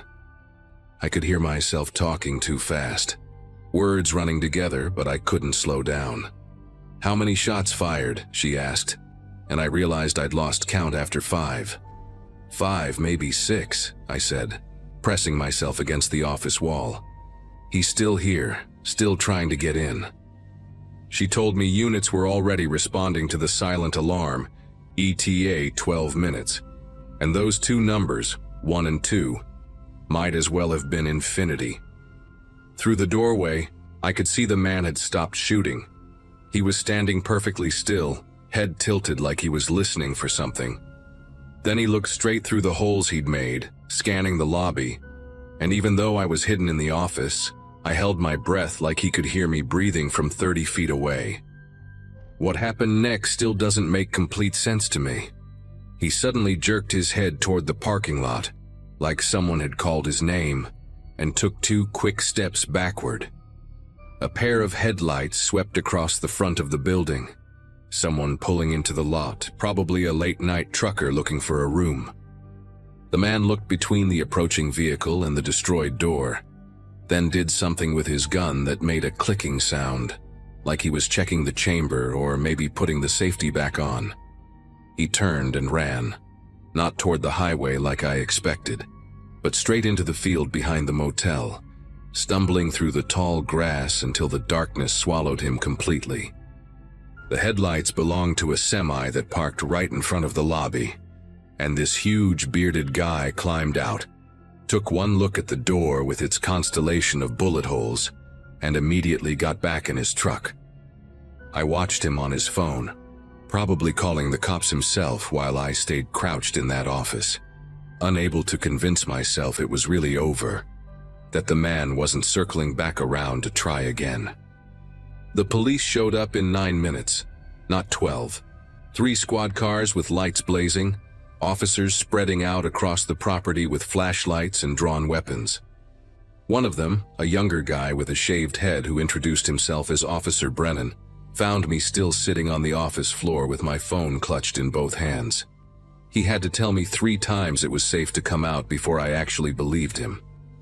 They searched for 2 hours, brought in dogs that tracked the man's scent through the field until it disappeared at a creek about a mile away. The detective who took my statement, a woman with tired eyes who'd probably seen worse but still seemed genuinely concerned, told me the guy matched the description of someone who'd robbed 2 gas stations in the county that week. "You did everything right," she kept saying, like she knew I was replaying every second in my head, wondering what I could have done differently. They pulled security footage from our one working camera, got a partial license plate from a car that had been parked down the highway and sped off right after the shooting started. Diane showed up around 4 a.m., still in her pajamas with a coat thrown over them, and just stared at the ruined door for a full minute before asking if I was okay. I finished that shift because I didn't know what else to do, sitting in the lobby while Diane called someone to board up the door, watching the sun come up over the empty field where the man had vanished. 2 guests checked out early after seeing the bullet holes, and I couldn't blame them. I gave Diane my 2 weeks' notice that morning, and she didn't try to talk me out of it. They never caught the guy, at least not that I heard about. Sometimes I check the news from that area, looking for stories about robberies or arrests, hoping to see a mugshot that matches the face pressed against that glass. I work IT support now, boring office job with normal hours and security guards in the building, and that's exactly how I like it. But on cold nights, when I'm walking to my car after working late and the parking lot is too quiet, I still find myself checking shadows between vehicles, still remember the sound of that glass cracking, the weight of those 12 minutes when I thought they'd be my last. People ask sometimes why I'm so obsessive about locking doors, why I always sit where I can see the exits, and I just tell them I'm cautious by nature. It's easier than explaining that one November night when I learned what it feels like to be hunted, to have nothing but a piece of glass and pure luck standing between you and someone who wants to hurt you.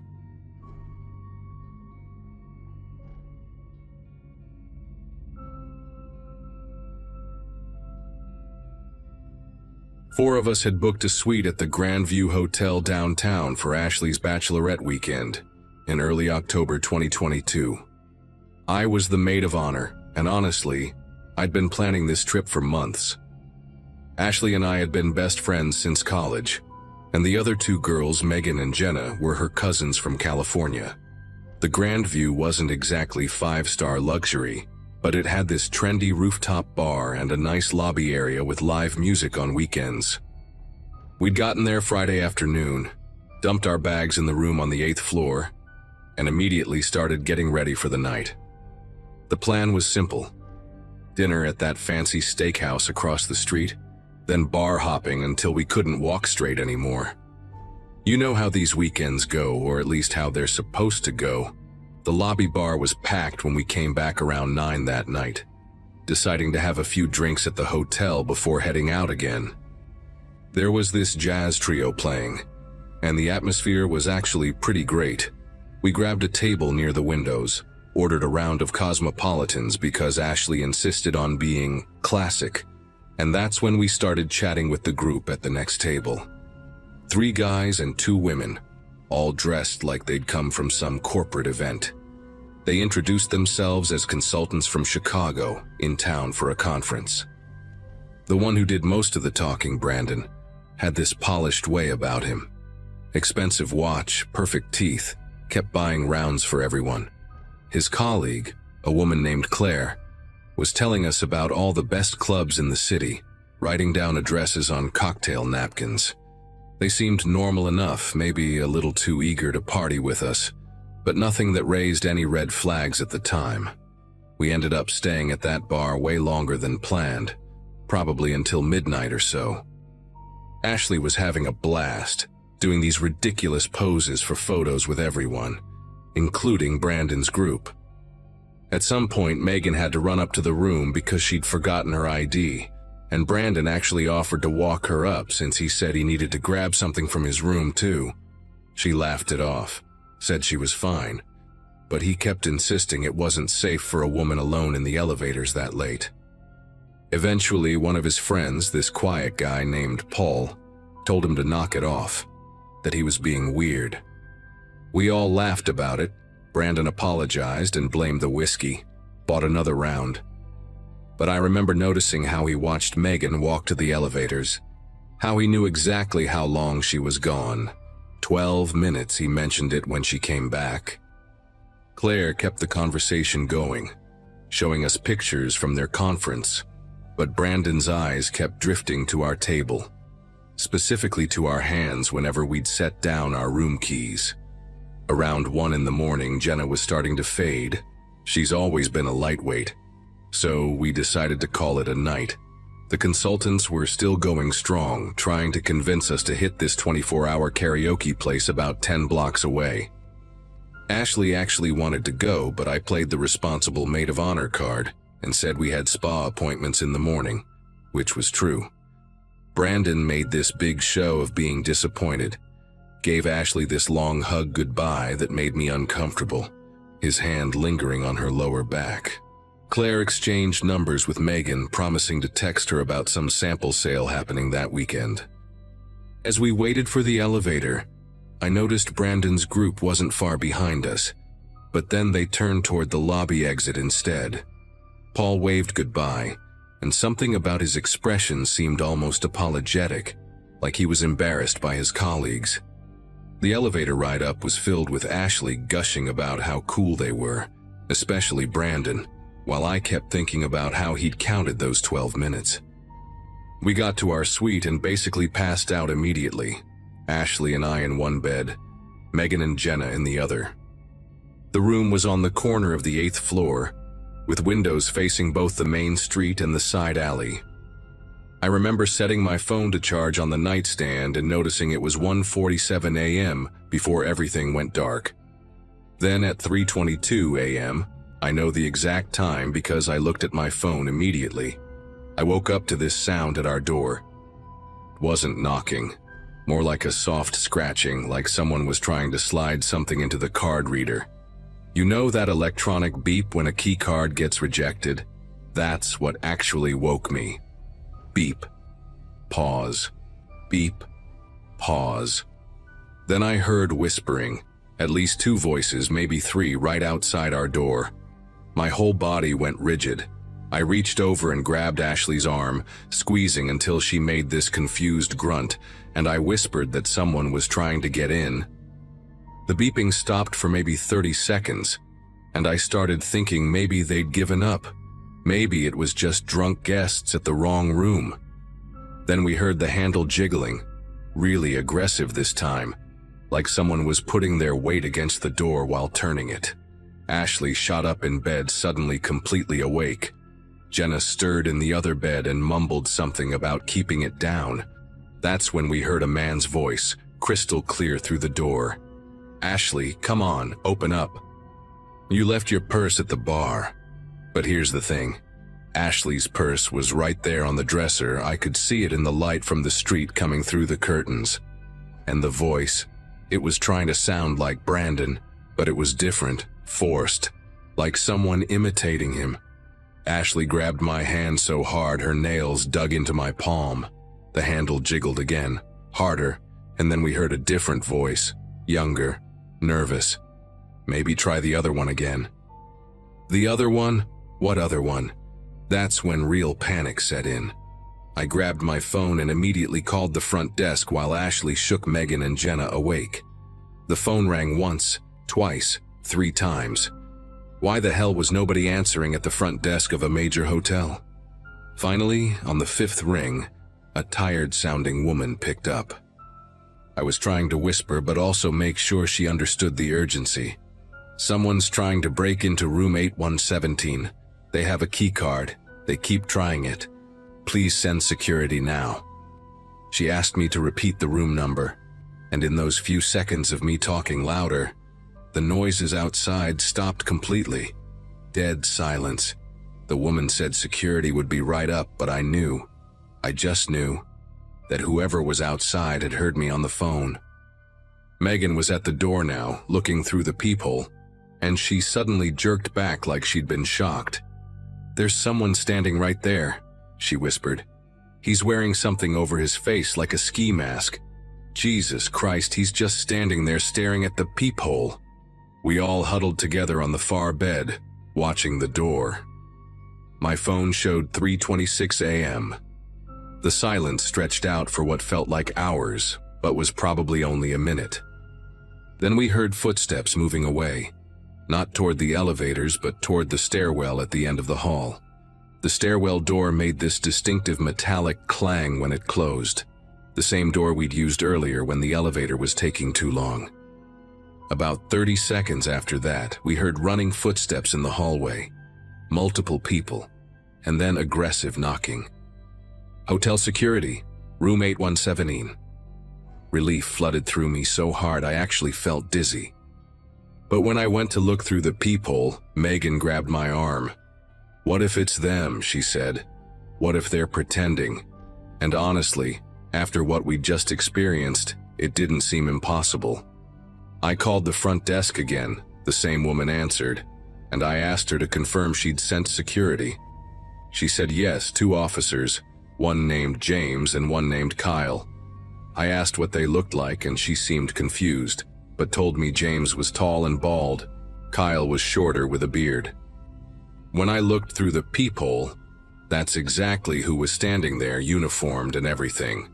The moment we opened the door, James asked if we were all okay while Kyle was already on his radio calling for backup and asking someone to review security footage from the past hour.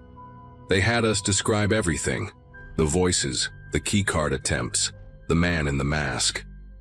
James pulled out his phone and showed us a screenshot from the hallway camera taken just minutes before. The image made my throat close up. 3 men in dark clothes, all wearing different face coverings. One had a ski mask like Megan described, another had what looked like a bandana, and the third had some kind of Halloween mask, maybe a zombie or something. They were clustered around our door and one was holding what James said looked like a master keycard programmer, the kind maintenance uses but smaller, definitely not something you can just buy. Kyle mentioned they'd gotten reports of similar attempts on floors 6 and 7 about 20 minutes before ours, which explained the "try the other one" comment. They weren't just randomly trying, they had a system, they had tools, and they had information about which rooms had groups of women.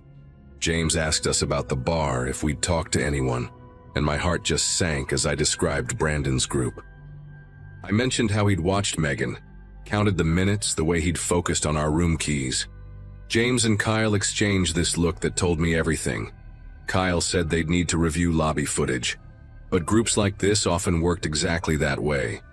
The charming ones make contact, get information, maybe slip something in a drink if they get the chance, while others wait for the right moment. They'd been seeing this pattern more frequently: organized groups targeting bachelorette parties, girls' trips, any situation where women might be drinking and vulnerable. The stolen key cards were probably lifted from housekeeping carts or cloned from legitimate cards. Brandon had probably photographed our keys when we set them on the table, sent the info to someone who could make duplicates. James said we were lucky. That calling when we did probably saved us from something much worse. The men knew security was coming and had to abandon whatever they'd planned. The police arrived about 15 minutes later, 2 detectives who specialized in what they called organized predatory crimes. They had us walk through everything again, took our phones to screenshot the numbers Claire had shared with Megan, which, surprise, were already disconnected. They found footage of Brandon's group leaving through the lobby, then 3 different men entering through a side door about an hour later. Here's what really got me. The detectives said one of them was wearing the exact same expensive watch Brandon had been wearing. They weren't even different people. It was the same group. They'd just changed clothes and put on masks. Claire was probably in on it too, keeping us distracted, gathering information about where we were from, how long we were staying, if we had boyfriends or husbands who might come looking. The detectives found their conference registration, but it was all fake. The company didn't exist.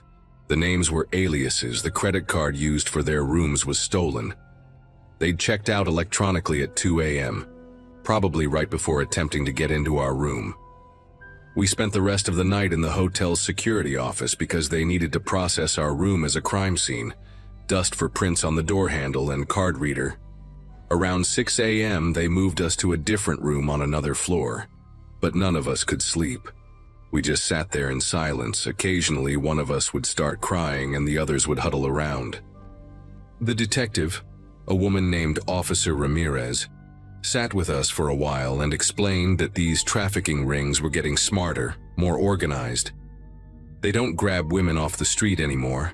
They identify targets in social settings, use technology and social engineering, work in coordinated teams. She said if that masked man had managed to drag one of us to the stairwell, there were probably others waiting in a van in that side alley our room overlooked. We would have disappeared, and the fake identities meant tracking them would have been nearly impossible. Ashley hasn't had a drink since that night.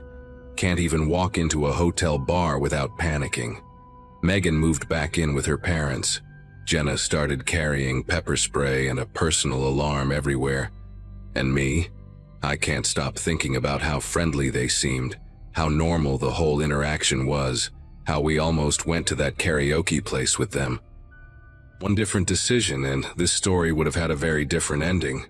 One I probably wouldn't be here to tell.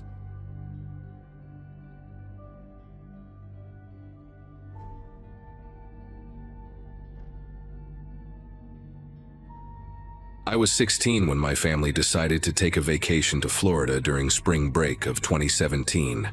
My dad had just gotten a promotion at his accounting firm, and he wanted to celebrate by taking us somewhere nice for once. We weren't exactly poor, but family trips usually meant camping at state parks or visiting my Aunt Deborah in Kansas. This time, he'd booked us into the Coral Bay Resort, this massive beachfront hotel in Fort Myers with 3 pools and a tiki bar that my mom couldn't stop talking about. I remember being excited about the whole thing, the 12-hour drive from Ohio, the promise of actual room service, and especially the fact that I'd have my own adjoining room connected to my parents' suite. It felt grown up, like they finally trusted me enough to give me some space. My little sister Katie would be sleeping on the pull-out couch in their room, which meant I'd have privacy to stay up late texting my girlfriend without anyone bothering me. The first 2 days were exactly what you'd expect from a Florida vacation. Too much sun, overpriced seafood, and my dad constantly reapplying sunscreen on his already lobster-red shoulders.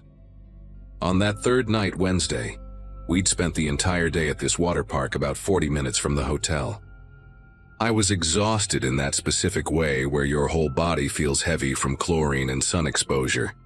We got back around 9, ordered pizza to the room, and I was passed out by 10:30. My room was on the 7th floor facing the ocean, with this wide sliding glass door that led out to a narrow balcony. Before bed, I'd made sure to lock it and pull the curtains most of the way closed, leaving just a small gap because I liked seeing the moon reflect off the water.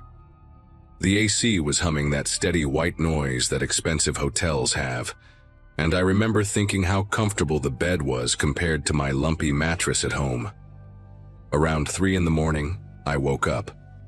Not the gradual kind of waking where you drift in and out of sleep, but that sudden, jarring awareness like someone had flipped a switch in my brain. The room was mostly dark except for that thin strip of moonlight coming through the gap in the curtains. At first, I figured I just needed to use the bathroom. Too much soda at dinner always did that to me. But when I tried to sit up, nothing happened. My brain was sending the signals. I could feel the intention to move, but my body stayed completely still. I'd heard about sleep paralysis before, seen videos about it online, but experiencing it was something else entirely. It felt like someone had replaced my blood with concrete. I could move my eyes, could breathe, but everything else was locked in place. The panic started creeping in, that primal feeling when your body won't obey your commands. I tried to call out, to yell for my parents in the next room, but my voice wouldn't work either. Just this weak wheeze that barely made it past my lips. That's when I noticed the balcony door. Through the gap in the curtains, I could see it clearly in the moonlight, and my heart started hammering so hard, I thought it might burst through my chest. The door was sliding open. Not fast, not like someone was rushing, but this deliberate, careful movement that took maybe 15 seconds from start to finish. The metal track made this soft grinding sound that seemed impossibly loud in the quiet room.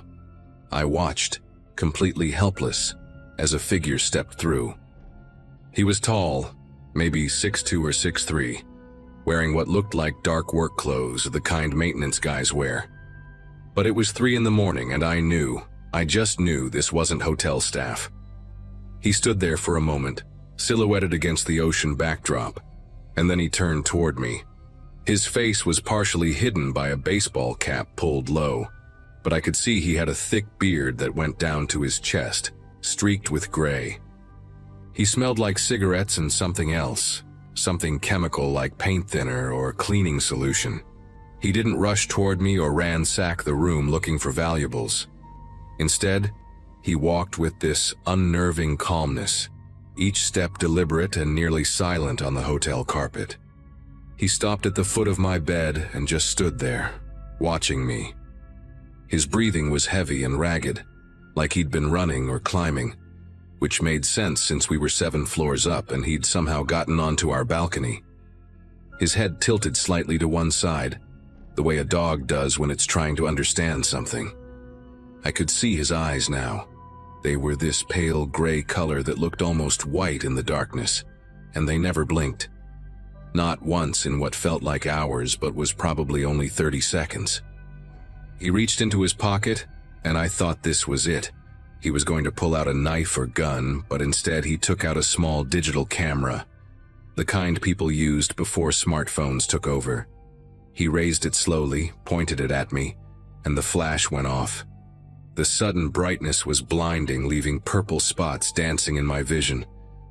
After the photo, he moved closer, walking around to the side of the bed where I was lying. His boots left dark marks on the carpet. I could see mud caking off with each step, little clumps that would later prove I hadn't imagined this whole thing. He leaned down close enough that I could see the individual gray hairs in his beard, could smell the sourness of his breath. His lips moved like he was talking, but no sound came out, just these exaggerated mouth movements, like he was mouthing words in slow motion. His hand reached toward my face, fingers stained yellow from nicotine, nails dirty and jagged. Just as his index finger was about to touch my cheek, something inside me snapped. Whatever had been holding my body prisoner suddenly let go, and I screamed.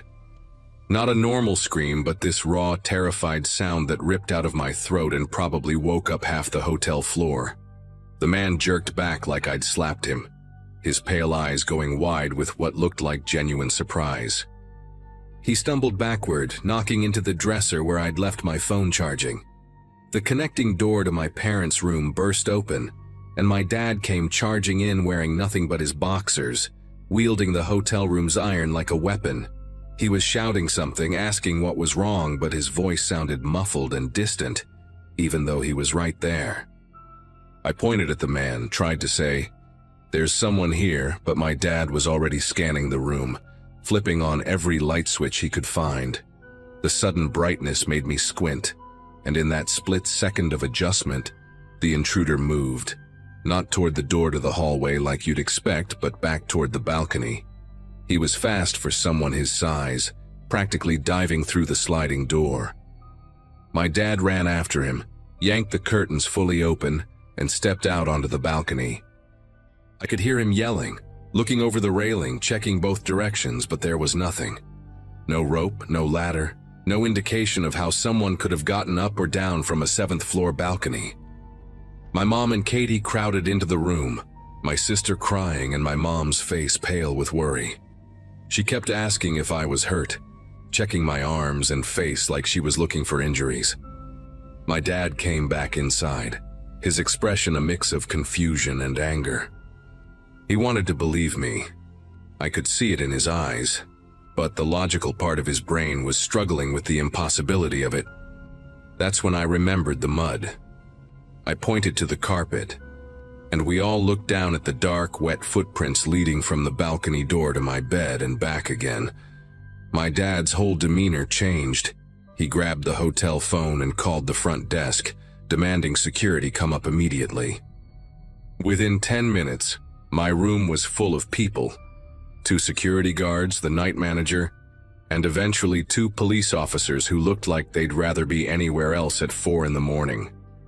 They took photos of the footprints, dusted the balcony door for fingerprints, and asked me to describe the man at least a dozen times. The security footage revealed something that still makes my skin prickle when I think about it. The cameras in the hallway showed nobody entering or leaving our room through the main door all night.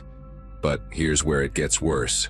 The hotel had been having issues with their exterior cameras for weeks, so there was no footage of the outside of the building.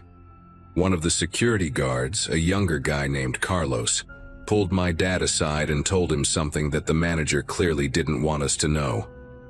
2 other guests had reported similar incidents in the past month, always on higher floors, always involving someone entering through balcony doors that should have been impossible to access.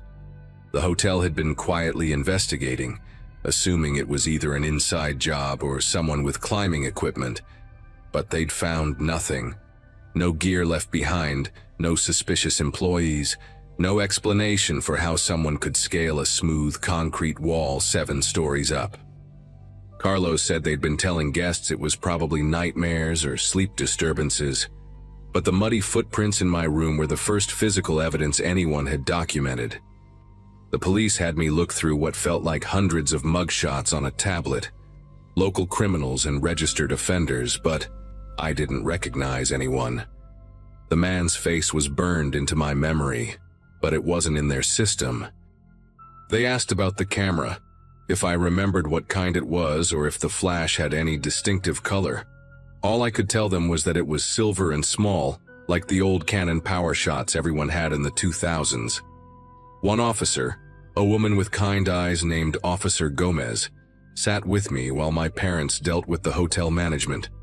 She told me about something called sleep paralysis episodes, and how sometimes the brain can create incredibly vivid hallucinations during them. I could tell she was trying to give me an out, a way to rationalize what happened, but then she looked at those muddy footprints and shook her head. "But those are real," she said quietly, almost to herself.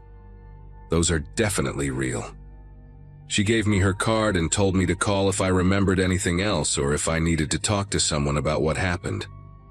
The hotel moved us to a different room on the 3rd floor for the rest of the night, comped our entire stay, and offered us free vacation packages that my dad refused to even look at. We packed up and left that morning, cutting our vacation short by 3 days. During the drive home, nobody really talked about it. Katie slept most of the way, and my parents kept exchanging these worried glances in the rearview mirror. I spent the entire 12 hours searching online for anything about the Coral Bay Resort, finding scattered posts on travel forums about strange experiences and unexplained visitors that the hotel had apparently been pretty good at keeping quiet. One post from 2016 described almost exactly what happened to me: the sleep paralysis, the balcony entrance, even the old digital camera. The person said they'd hired a private investigator afterward, who discovered that a maintenance worker had been fired from the hotel in 2015 for inappropriate behavior, but still had copies of master key cards and potentially building blueprints. But there was no arrest record, no resolution, just theories and fear. 6 months later, I got a call from Officer Gomez. They'd arrested someone, a former hotel employee named Eugene Watts, who'd been living in a van in the hotel's overflow parking lot, the one they used for staff vehicles behind the main building. He had climbing gear, multiple cameras with hundreds of photos of sleeping guests, and a notebook with room numbers and dates. He'd been a maintenance supervisor for 8 years before being fired for entering guest rooms without authorization. He knew every blind spot, every camera angle, and had kept his keycard programmer when they'd let him go. The climbing equipment explained the balcony entrances. He'd been rappelling down from the roof, entering through balconies, taking photos, and then climbing back up. He'd been doing it for over 2 years. They found pictures of me on one of his cameras, that bright flash photo of me paralyzed in bed. Officer Gomez said he'd confessed to everything, claimed he just liked watching people sleep, liked the feeling of being invisible in their most vulnerable moments. He got 15 years. I still can't sleep in hotels without checking the balcony door 3 times and pushing a chair against it. And sometimes I wake up at 3 in the morning, my body tense, waiting for the sound of sliding glass.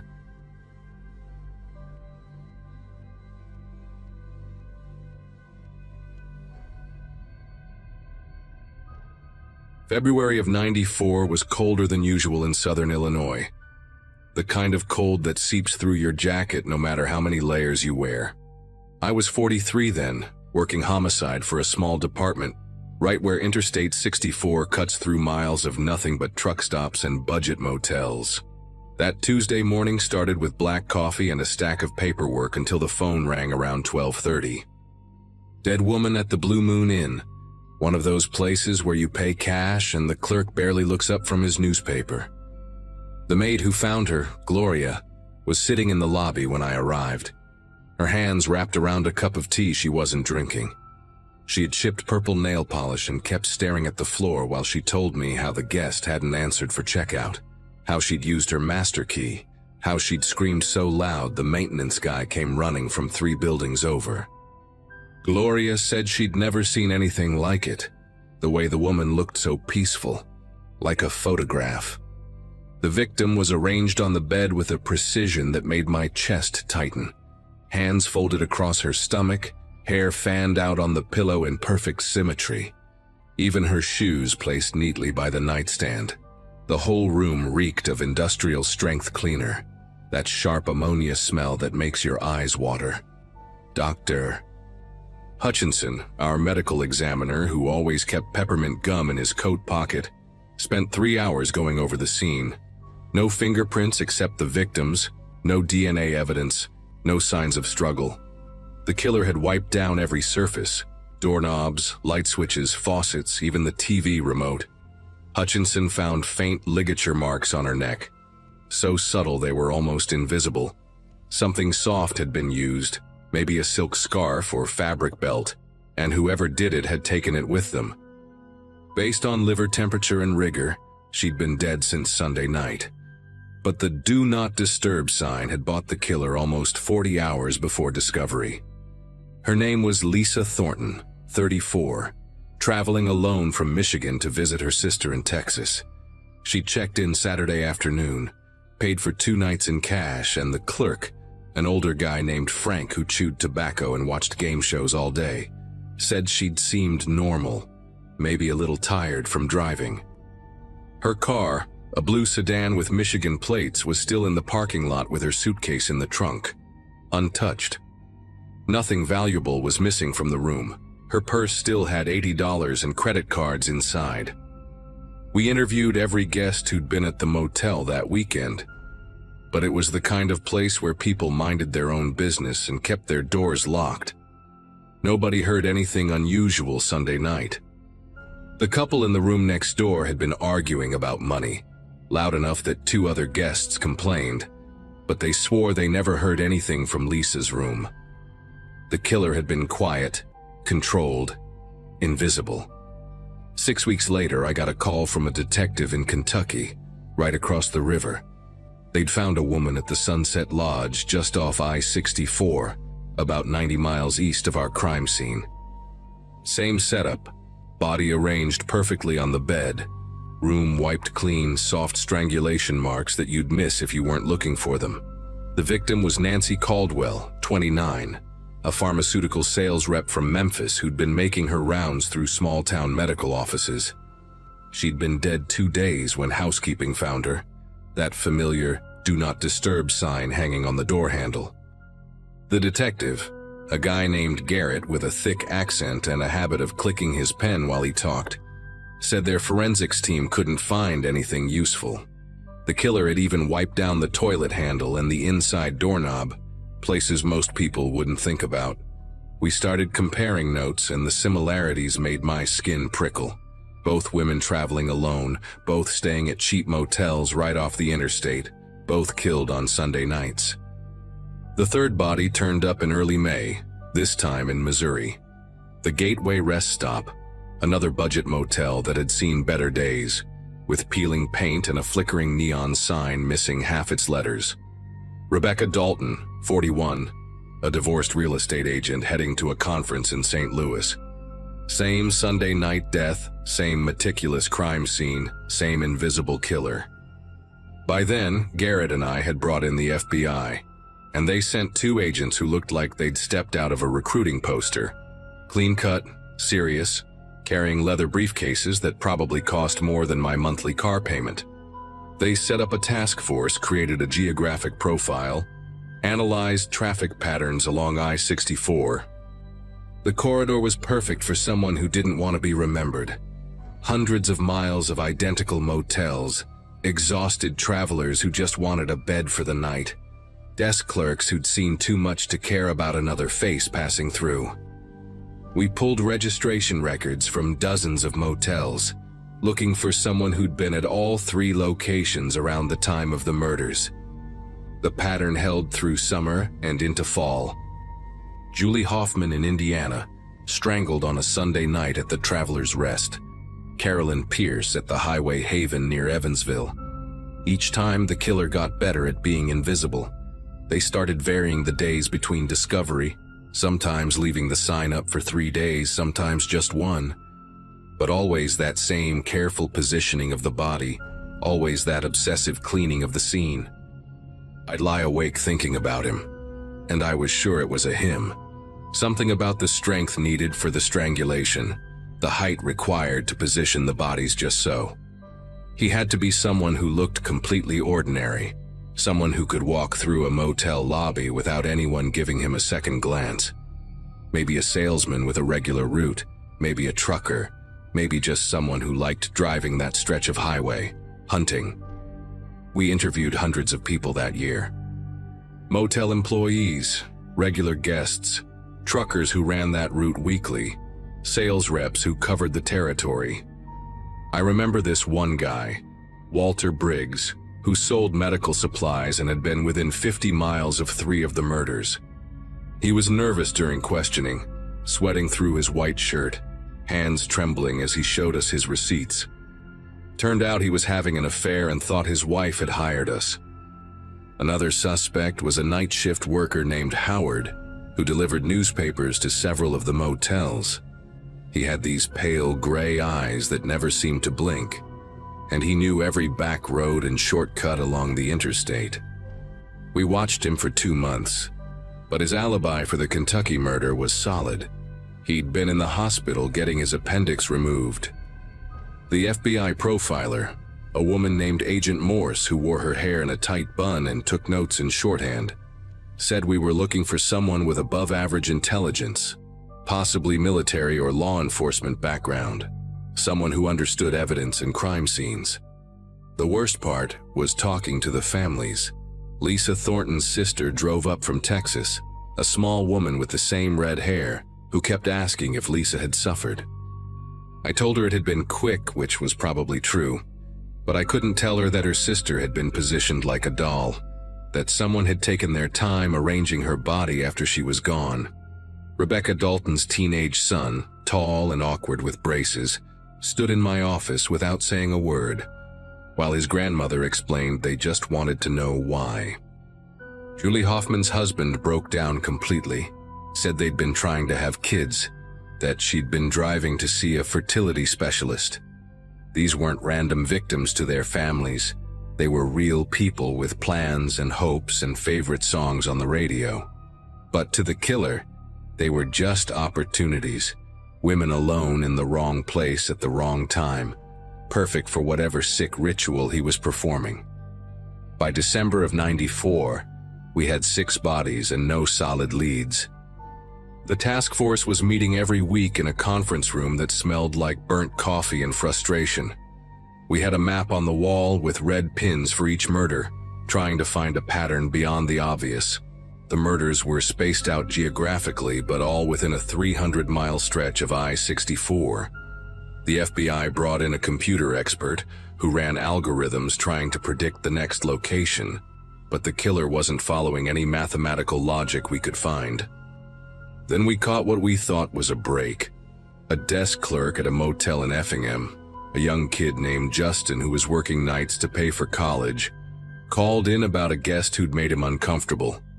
The man had requested a room at the far end of the building, paid cash, and had been very particular about not wanting housekeeping. He'd been carrying a small black duffel bag and wearing maintenance-type clothes, the kind of generic blue work shirt that wouldn't stand out anywhere. Justin had noticed him because the guy had come back to the desk around midnight to buy a vending machine snack, and his hands had been red and raw, like he'd been scrubbing them repeatedly. The man had paid for the chips with exact change, counting out the coins carefully, and Justin said there was something mechanical about his movements, like he was concentrating on appearing normal. We rushed to the motel, but the guest had already checked out early that morning, leaving the room spotless. And I mean spotless. The cleaning staff said it looked like no one had even stayed there. The bed was made with military precision, the bathroom smelled of bleach, even the carpet had been vacuumed in perfect lines. We dusted for prints but found nothing. The registration card had a fake name and address, and the license plate Justin had written down belonged to a car that had been junked 2 years earlier. We staked out the motel for the next 3 Sundays, but he never came back. The 7th victim was discovered in January '95, but something was different this time. Angela Foster, 37, was found at the Riverside Inn near Vincennes, but she'd fought back. There were defensive wounds on her hands, skin under her fingernails, and the room showed signs of a struggle. A lamp knocked over, the curtains torn partially off the rod. The killer had still managed to clean most of the scene, but in his hurry, he'd left something behind.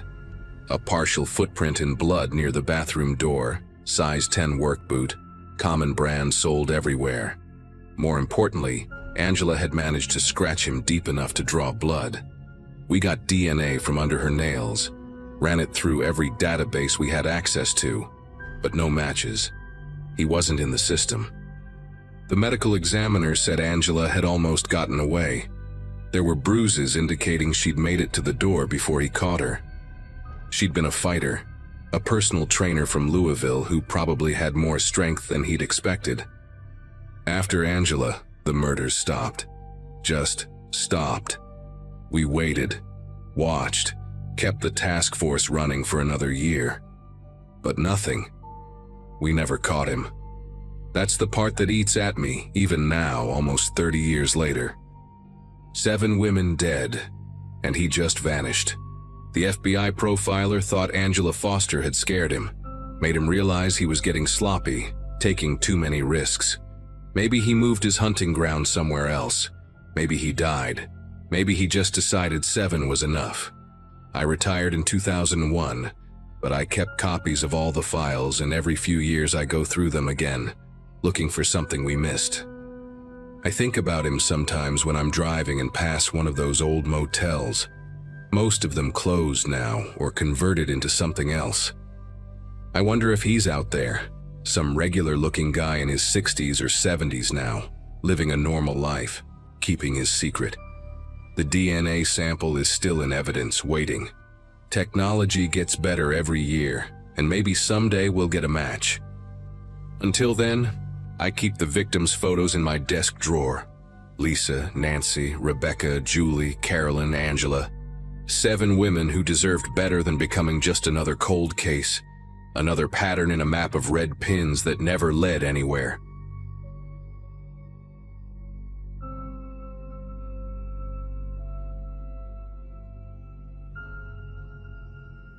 The GPS kept recalculating as I searched for the Crossroads Inn somewhere outside Columbus, my eyes barely staying open after 12 hours behind the wheel.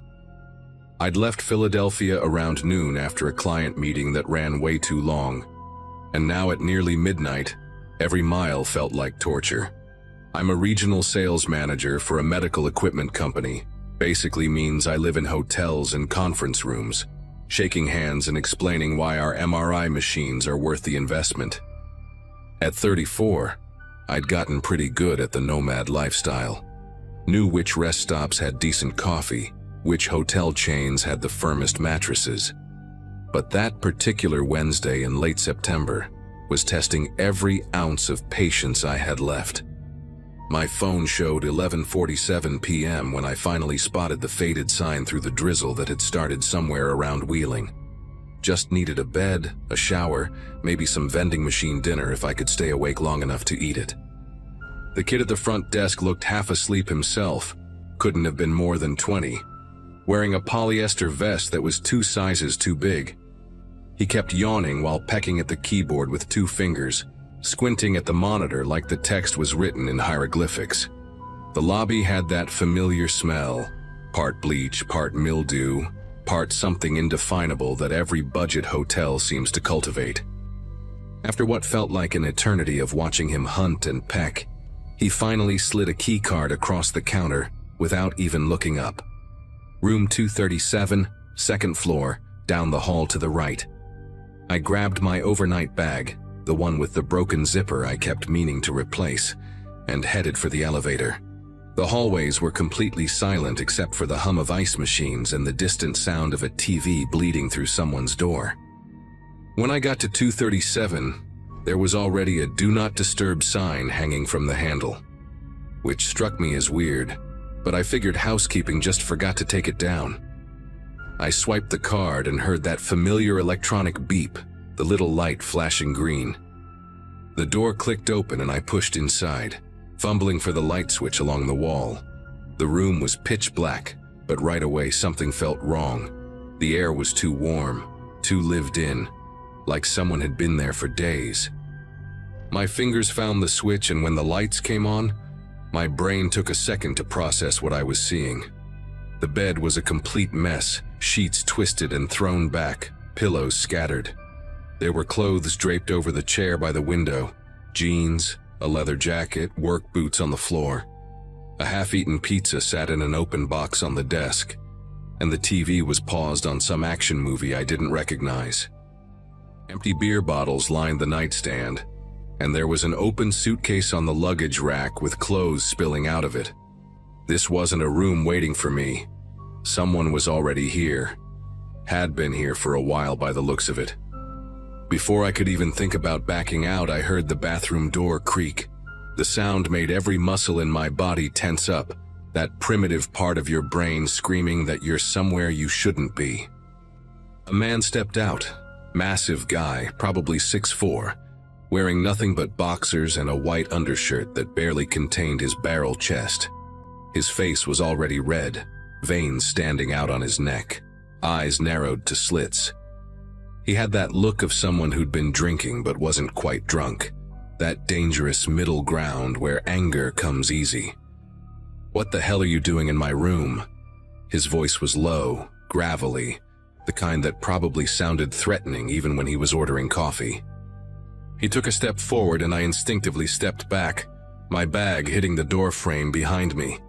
The key card was still in my hand, and I held it up like some kind of pathetic shield, trying to explain about the front desk, the mix-up, how I was just given this room number. "Get out. Get out right now, or I'm calling the cops." He reached for something on the dresser, his phone, and I saw his hands were covered in old tattoos, the kind that blur at the edges, probably done decades ago. But then he stopped, stared at me harder, and his expression changed from angry to something else, something worse. "Wait a minute. You're not just lost, are you? You've been watching me. I've seen you before, downstairs in the parking lot." I had no idea what he was talking about, tried to tell him I'd just arrived, just checked in 5 minutes ago, but he wasn't listening anymore. He moved closer, close enough that I could smell the beer on his breath mixed with something sharp, like menthol cigarettes. "You think I'm stupid? Think I don't notice when someone's casing my room?" His hand went to the dresser again, but this time he grabbed something else, a folding knife that he flipped open with practiced ease. The hallway behind me suddenly felt like the safest place in the world, and I stumbled backward through the doorway, my bag catching on the frame and spilling open. My laptop, folders, phone charger, everything scattered across the worn carpet. "I'm calling the front desk right now," I managed to say, my voice coming out higher than normal, already pulling out my phone. But he followed me into the hallway, still in his underwear, not caring who might see. "Yeah, you do that. Tell them how you broke into my room. Tell them how you've been following me." Other doors started opening. An elderly woman in curlers peeked out from 235. A younger couple emerged from 239, all of them staring at this scene unfolding. The man was getting louder, angrier, waving the knife as he talked, accusing me of things that made no sense. Said I'd been in the hotel bar earlier, that I'd asked the bartender about him, that I'd followed him from some casino downtown. None of it was true, but he believed every word he was saying, completely convinced I was there to rob him, or worse. I kept backing down the hallway, trying to dial the front desk while keeping an eye on him. My fingers were trembling so bad I could barely hit the right numbers.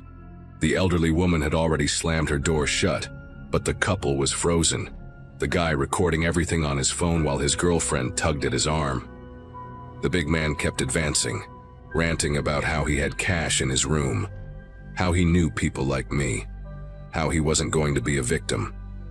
"Sir, please, just call the front desk yourself," I pleaded. But it was like talking to a wall. He suddenly lunged forward, not quite attacking, but close enough that I dropped my phone.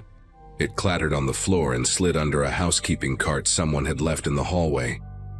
When I bent down to grab it, he must have thought I was reaching for something else because he started yelling, "He's got a weapon! This guy's got a weapon!" Even though my hands were completely empty, even though anyone could see I was just trying to get my phone back. The couple finally ran back to their room, and I heard the deadbolt slide into place. Now it was just me and him in that narrow hallway with its ugly geometric carpet and fluorescent lights that made everything look sickly green. He had me backed up against the ice machine alcove, the knife still in his hand, his face getting redder by the second. That's when I heard the elevator ding at the end of the hall. The kid from the front desk stepped out, took one look at the scene. A half-naked giant with a knife, me pressed against the wall, belongings scattered everywhere, and immediately went pale. "Mr. Fitzgerald?" he called out to the big man. "Is everything okay?" And that's when I realized the horrible truth. The kid knew this guest, knew his name, which meant Fitzgerald had probably been staying here for several days. I was the stranger, the intruder, the one who didn't belong. "This man broke into my room," Fitzgerald shouted, pointing the knife at me. The desk clerk looked at me, confused, and I saw him pull out his phone, probably to call either security or the police, and I knew how this was going to look. "Wait, wait!" I practically shouted at the kid. "You gave me the key card. Room 237, check your computer, check your system." The kid hesitated, looking between me and Fitzgerald, clearly not sure what to do. Fitzgerald took this moment to grab my scattered papers from the floor, holding them up like evidence.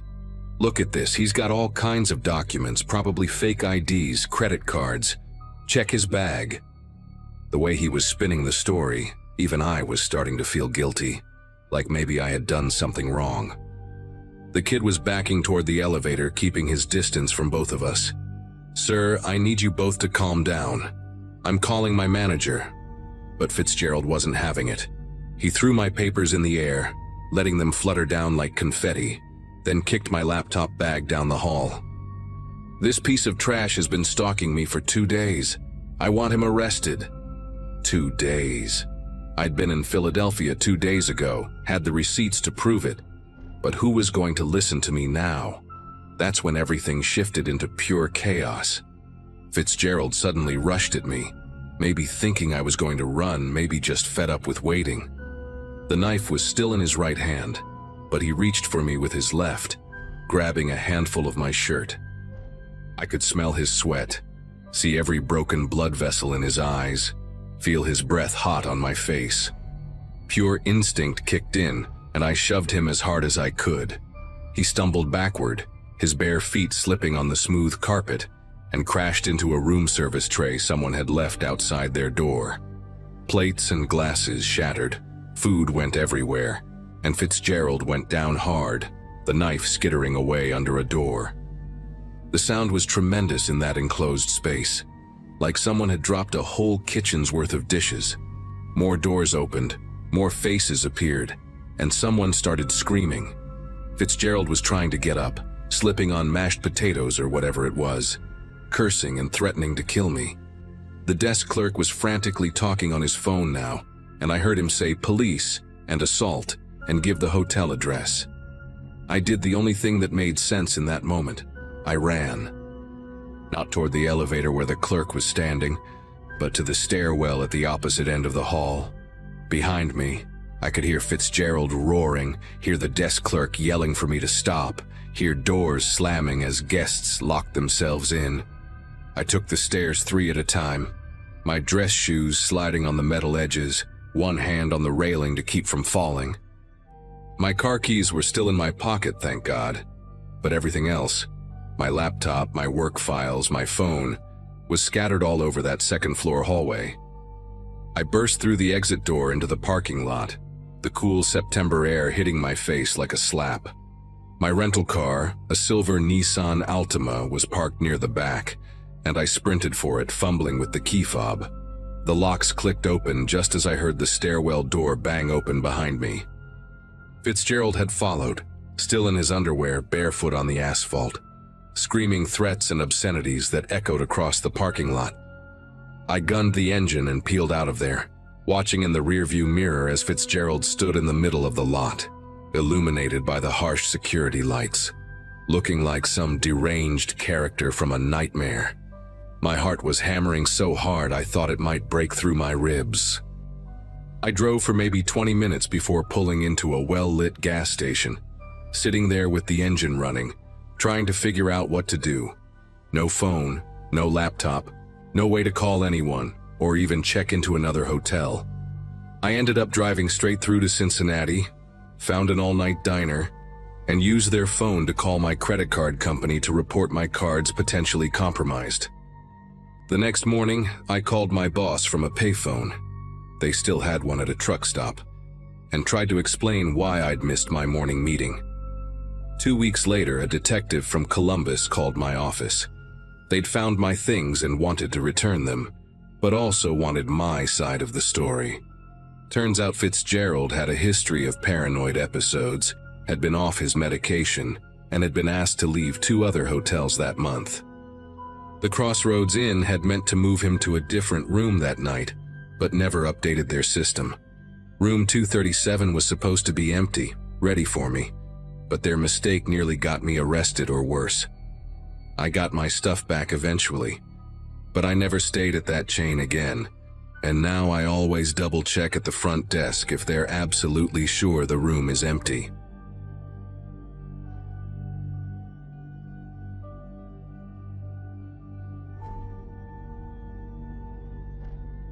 I had been on a short trip for work and decided to save money by staying at a mid-range hotel just off the highway. Nothing remarkable about the place, just a 4-story building with that faint smell of chlorine from the pool clinging to the lobby. I checked in late sometime after dinner and was honestly relieved to have a quiet night ahead of me. My routine back then was pretty simple. Finish my notes for the day, order something small from the vending machine, and collapse in front of the TV until I fell asleep.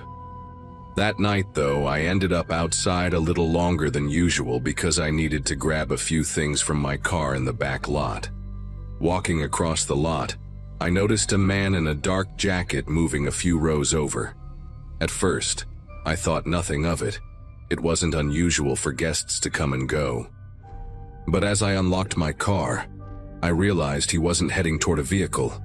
He was pacing slowly, almost in sync with me, and each time I glanced his way, he angled his face down, like he didn't want me to catch a clear look at him.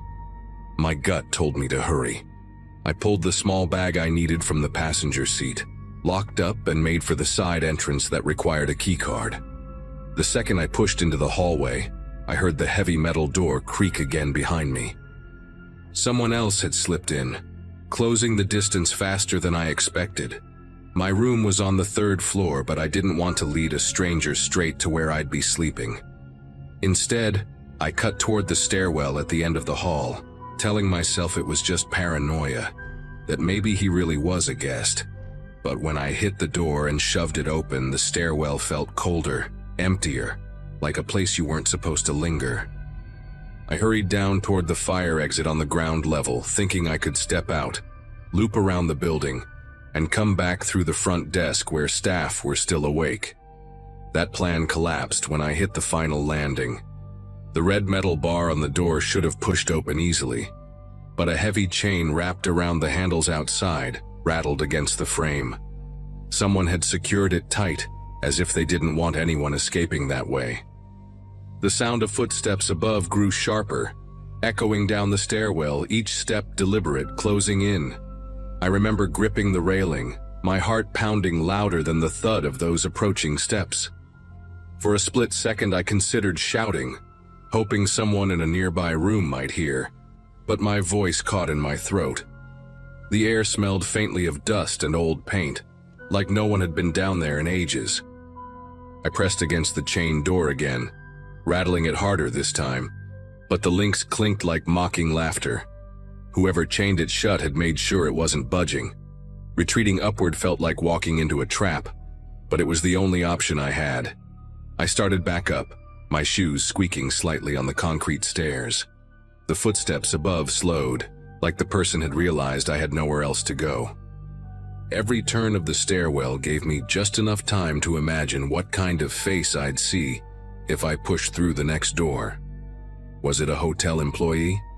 Another guest messing with me?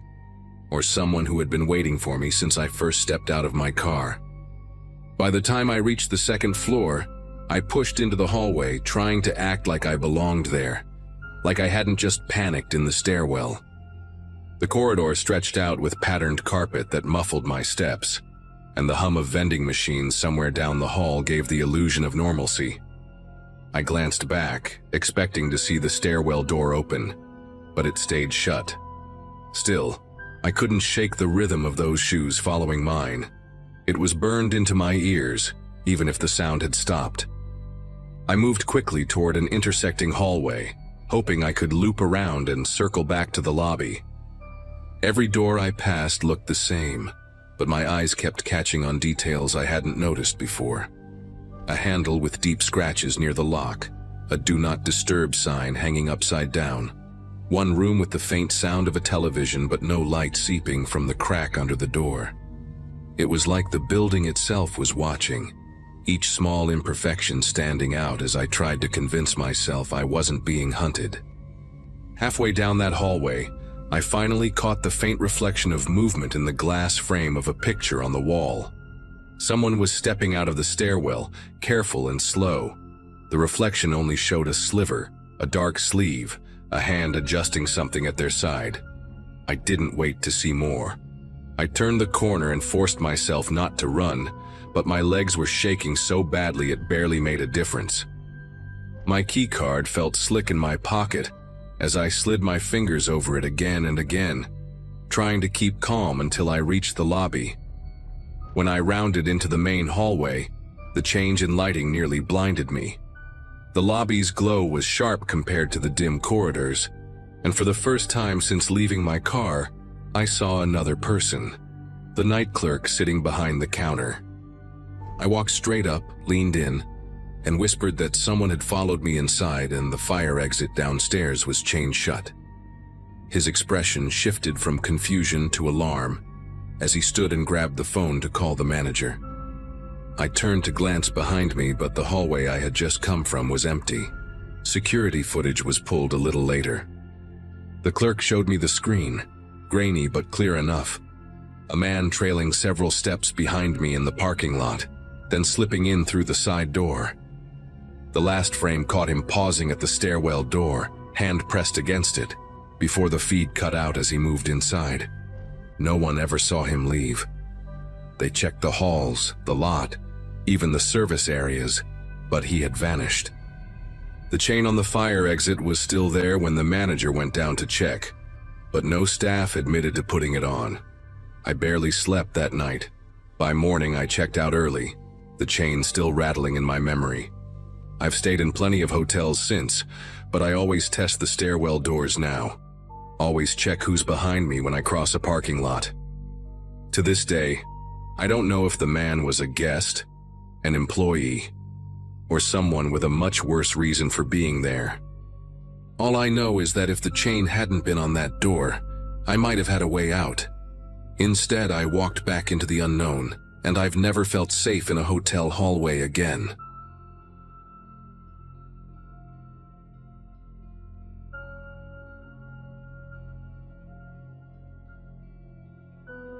There's a night from a trip a few years back that still creeps into my thoughts when I stay in hotels.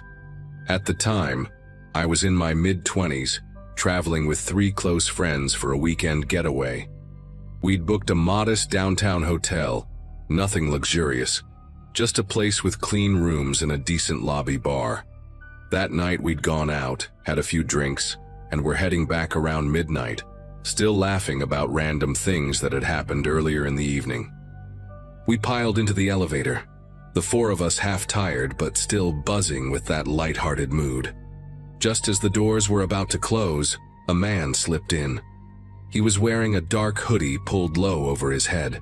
The strings tightened in a way that made his face hard to see.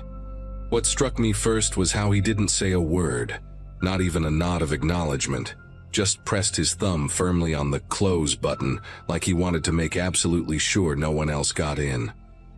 The ride-up felt heavier than it should have. None of us spoke after he entered. I couldn't even hear him breathing, just the hum of the elevator cables and the faint rattle of the machinery. The floor numbers lit up one by one, agonizingly slow.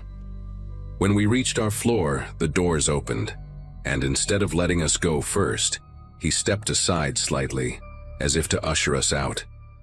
It was polite in theory, but the way he watched us leave made my stomach knot. Then, without hesitation, he walked out right behind us.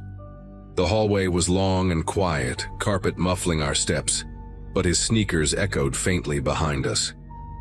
We weren't exactly subtle about where we were headed, since we went straight down the hall and stopped at our door. My friend Marcus swiped the key card, whispering under his breath about how weird that guy was, while I kept glancing back.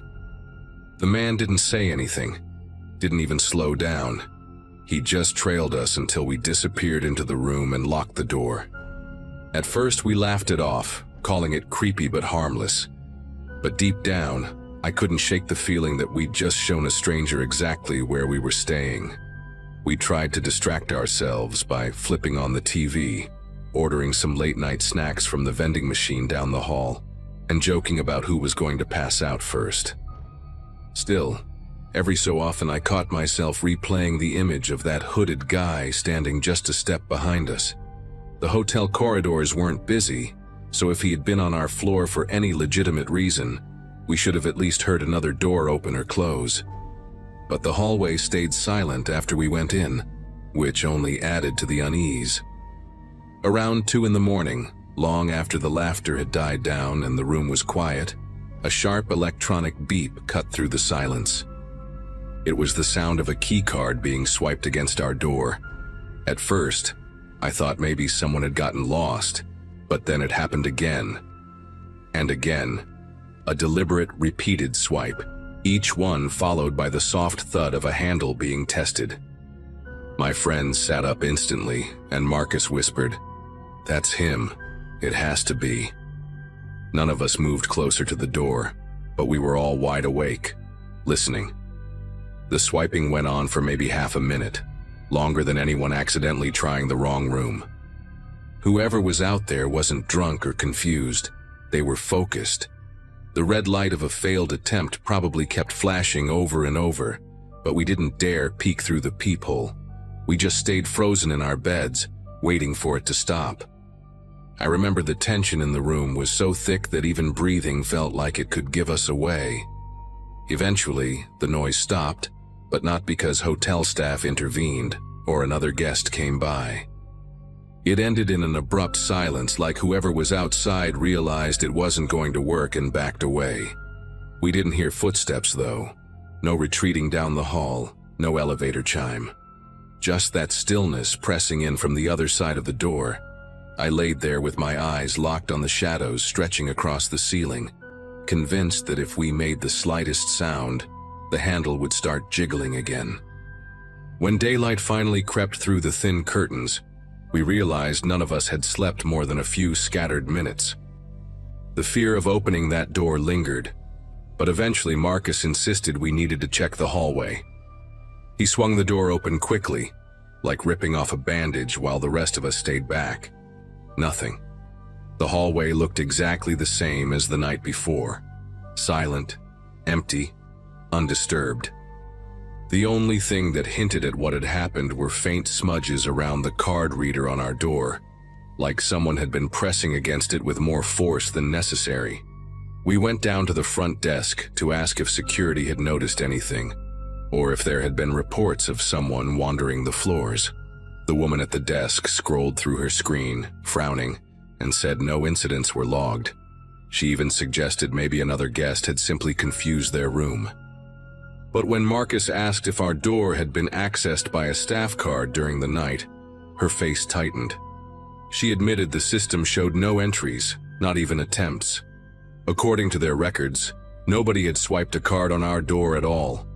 That detail rattled me the most. We'd all heard it loud and clear over and over again in the dark. The electronic beep, the metallic click of the handle trying to turn. It wasn't something we imagined, and there were 4 of us who could vouch for it. Yet the hotel's system insisted nothing had ever happened. The front desk clerk offered to move us to a different floor, but by then we were too uneasy to spend another night there. We packed our bags and left before checkout, grabbing coffee from a drive-thru just to get out of that place faster. Even now, I still think about that hooded man in the elevator and the sound of the card reader on our door. Maybe he found a way to mask his attempts, or maybe there's something about that hotel I'll never understand. What I do know is that we gave away our exact room to a stranger, and hours later someone tried to get in. It's been years, but anytime I hear the beep of a hotel keycard, I'm instantly taken back to that long night where silence on the other side of the door felt more threatening than any noise.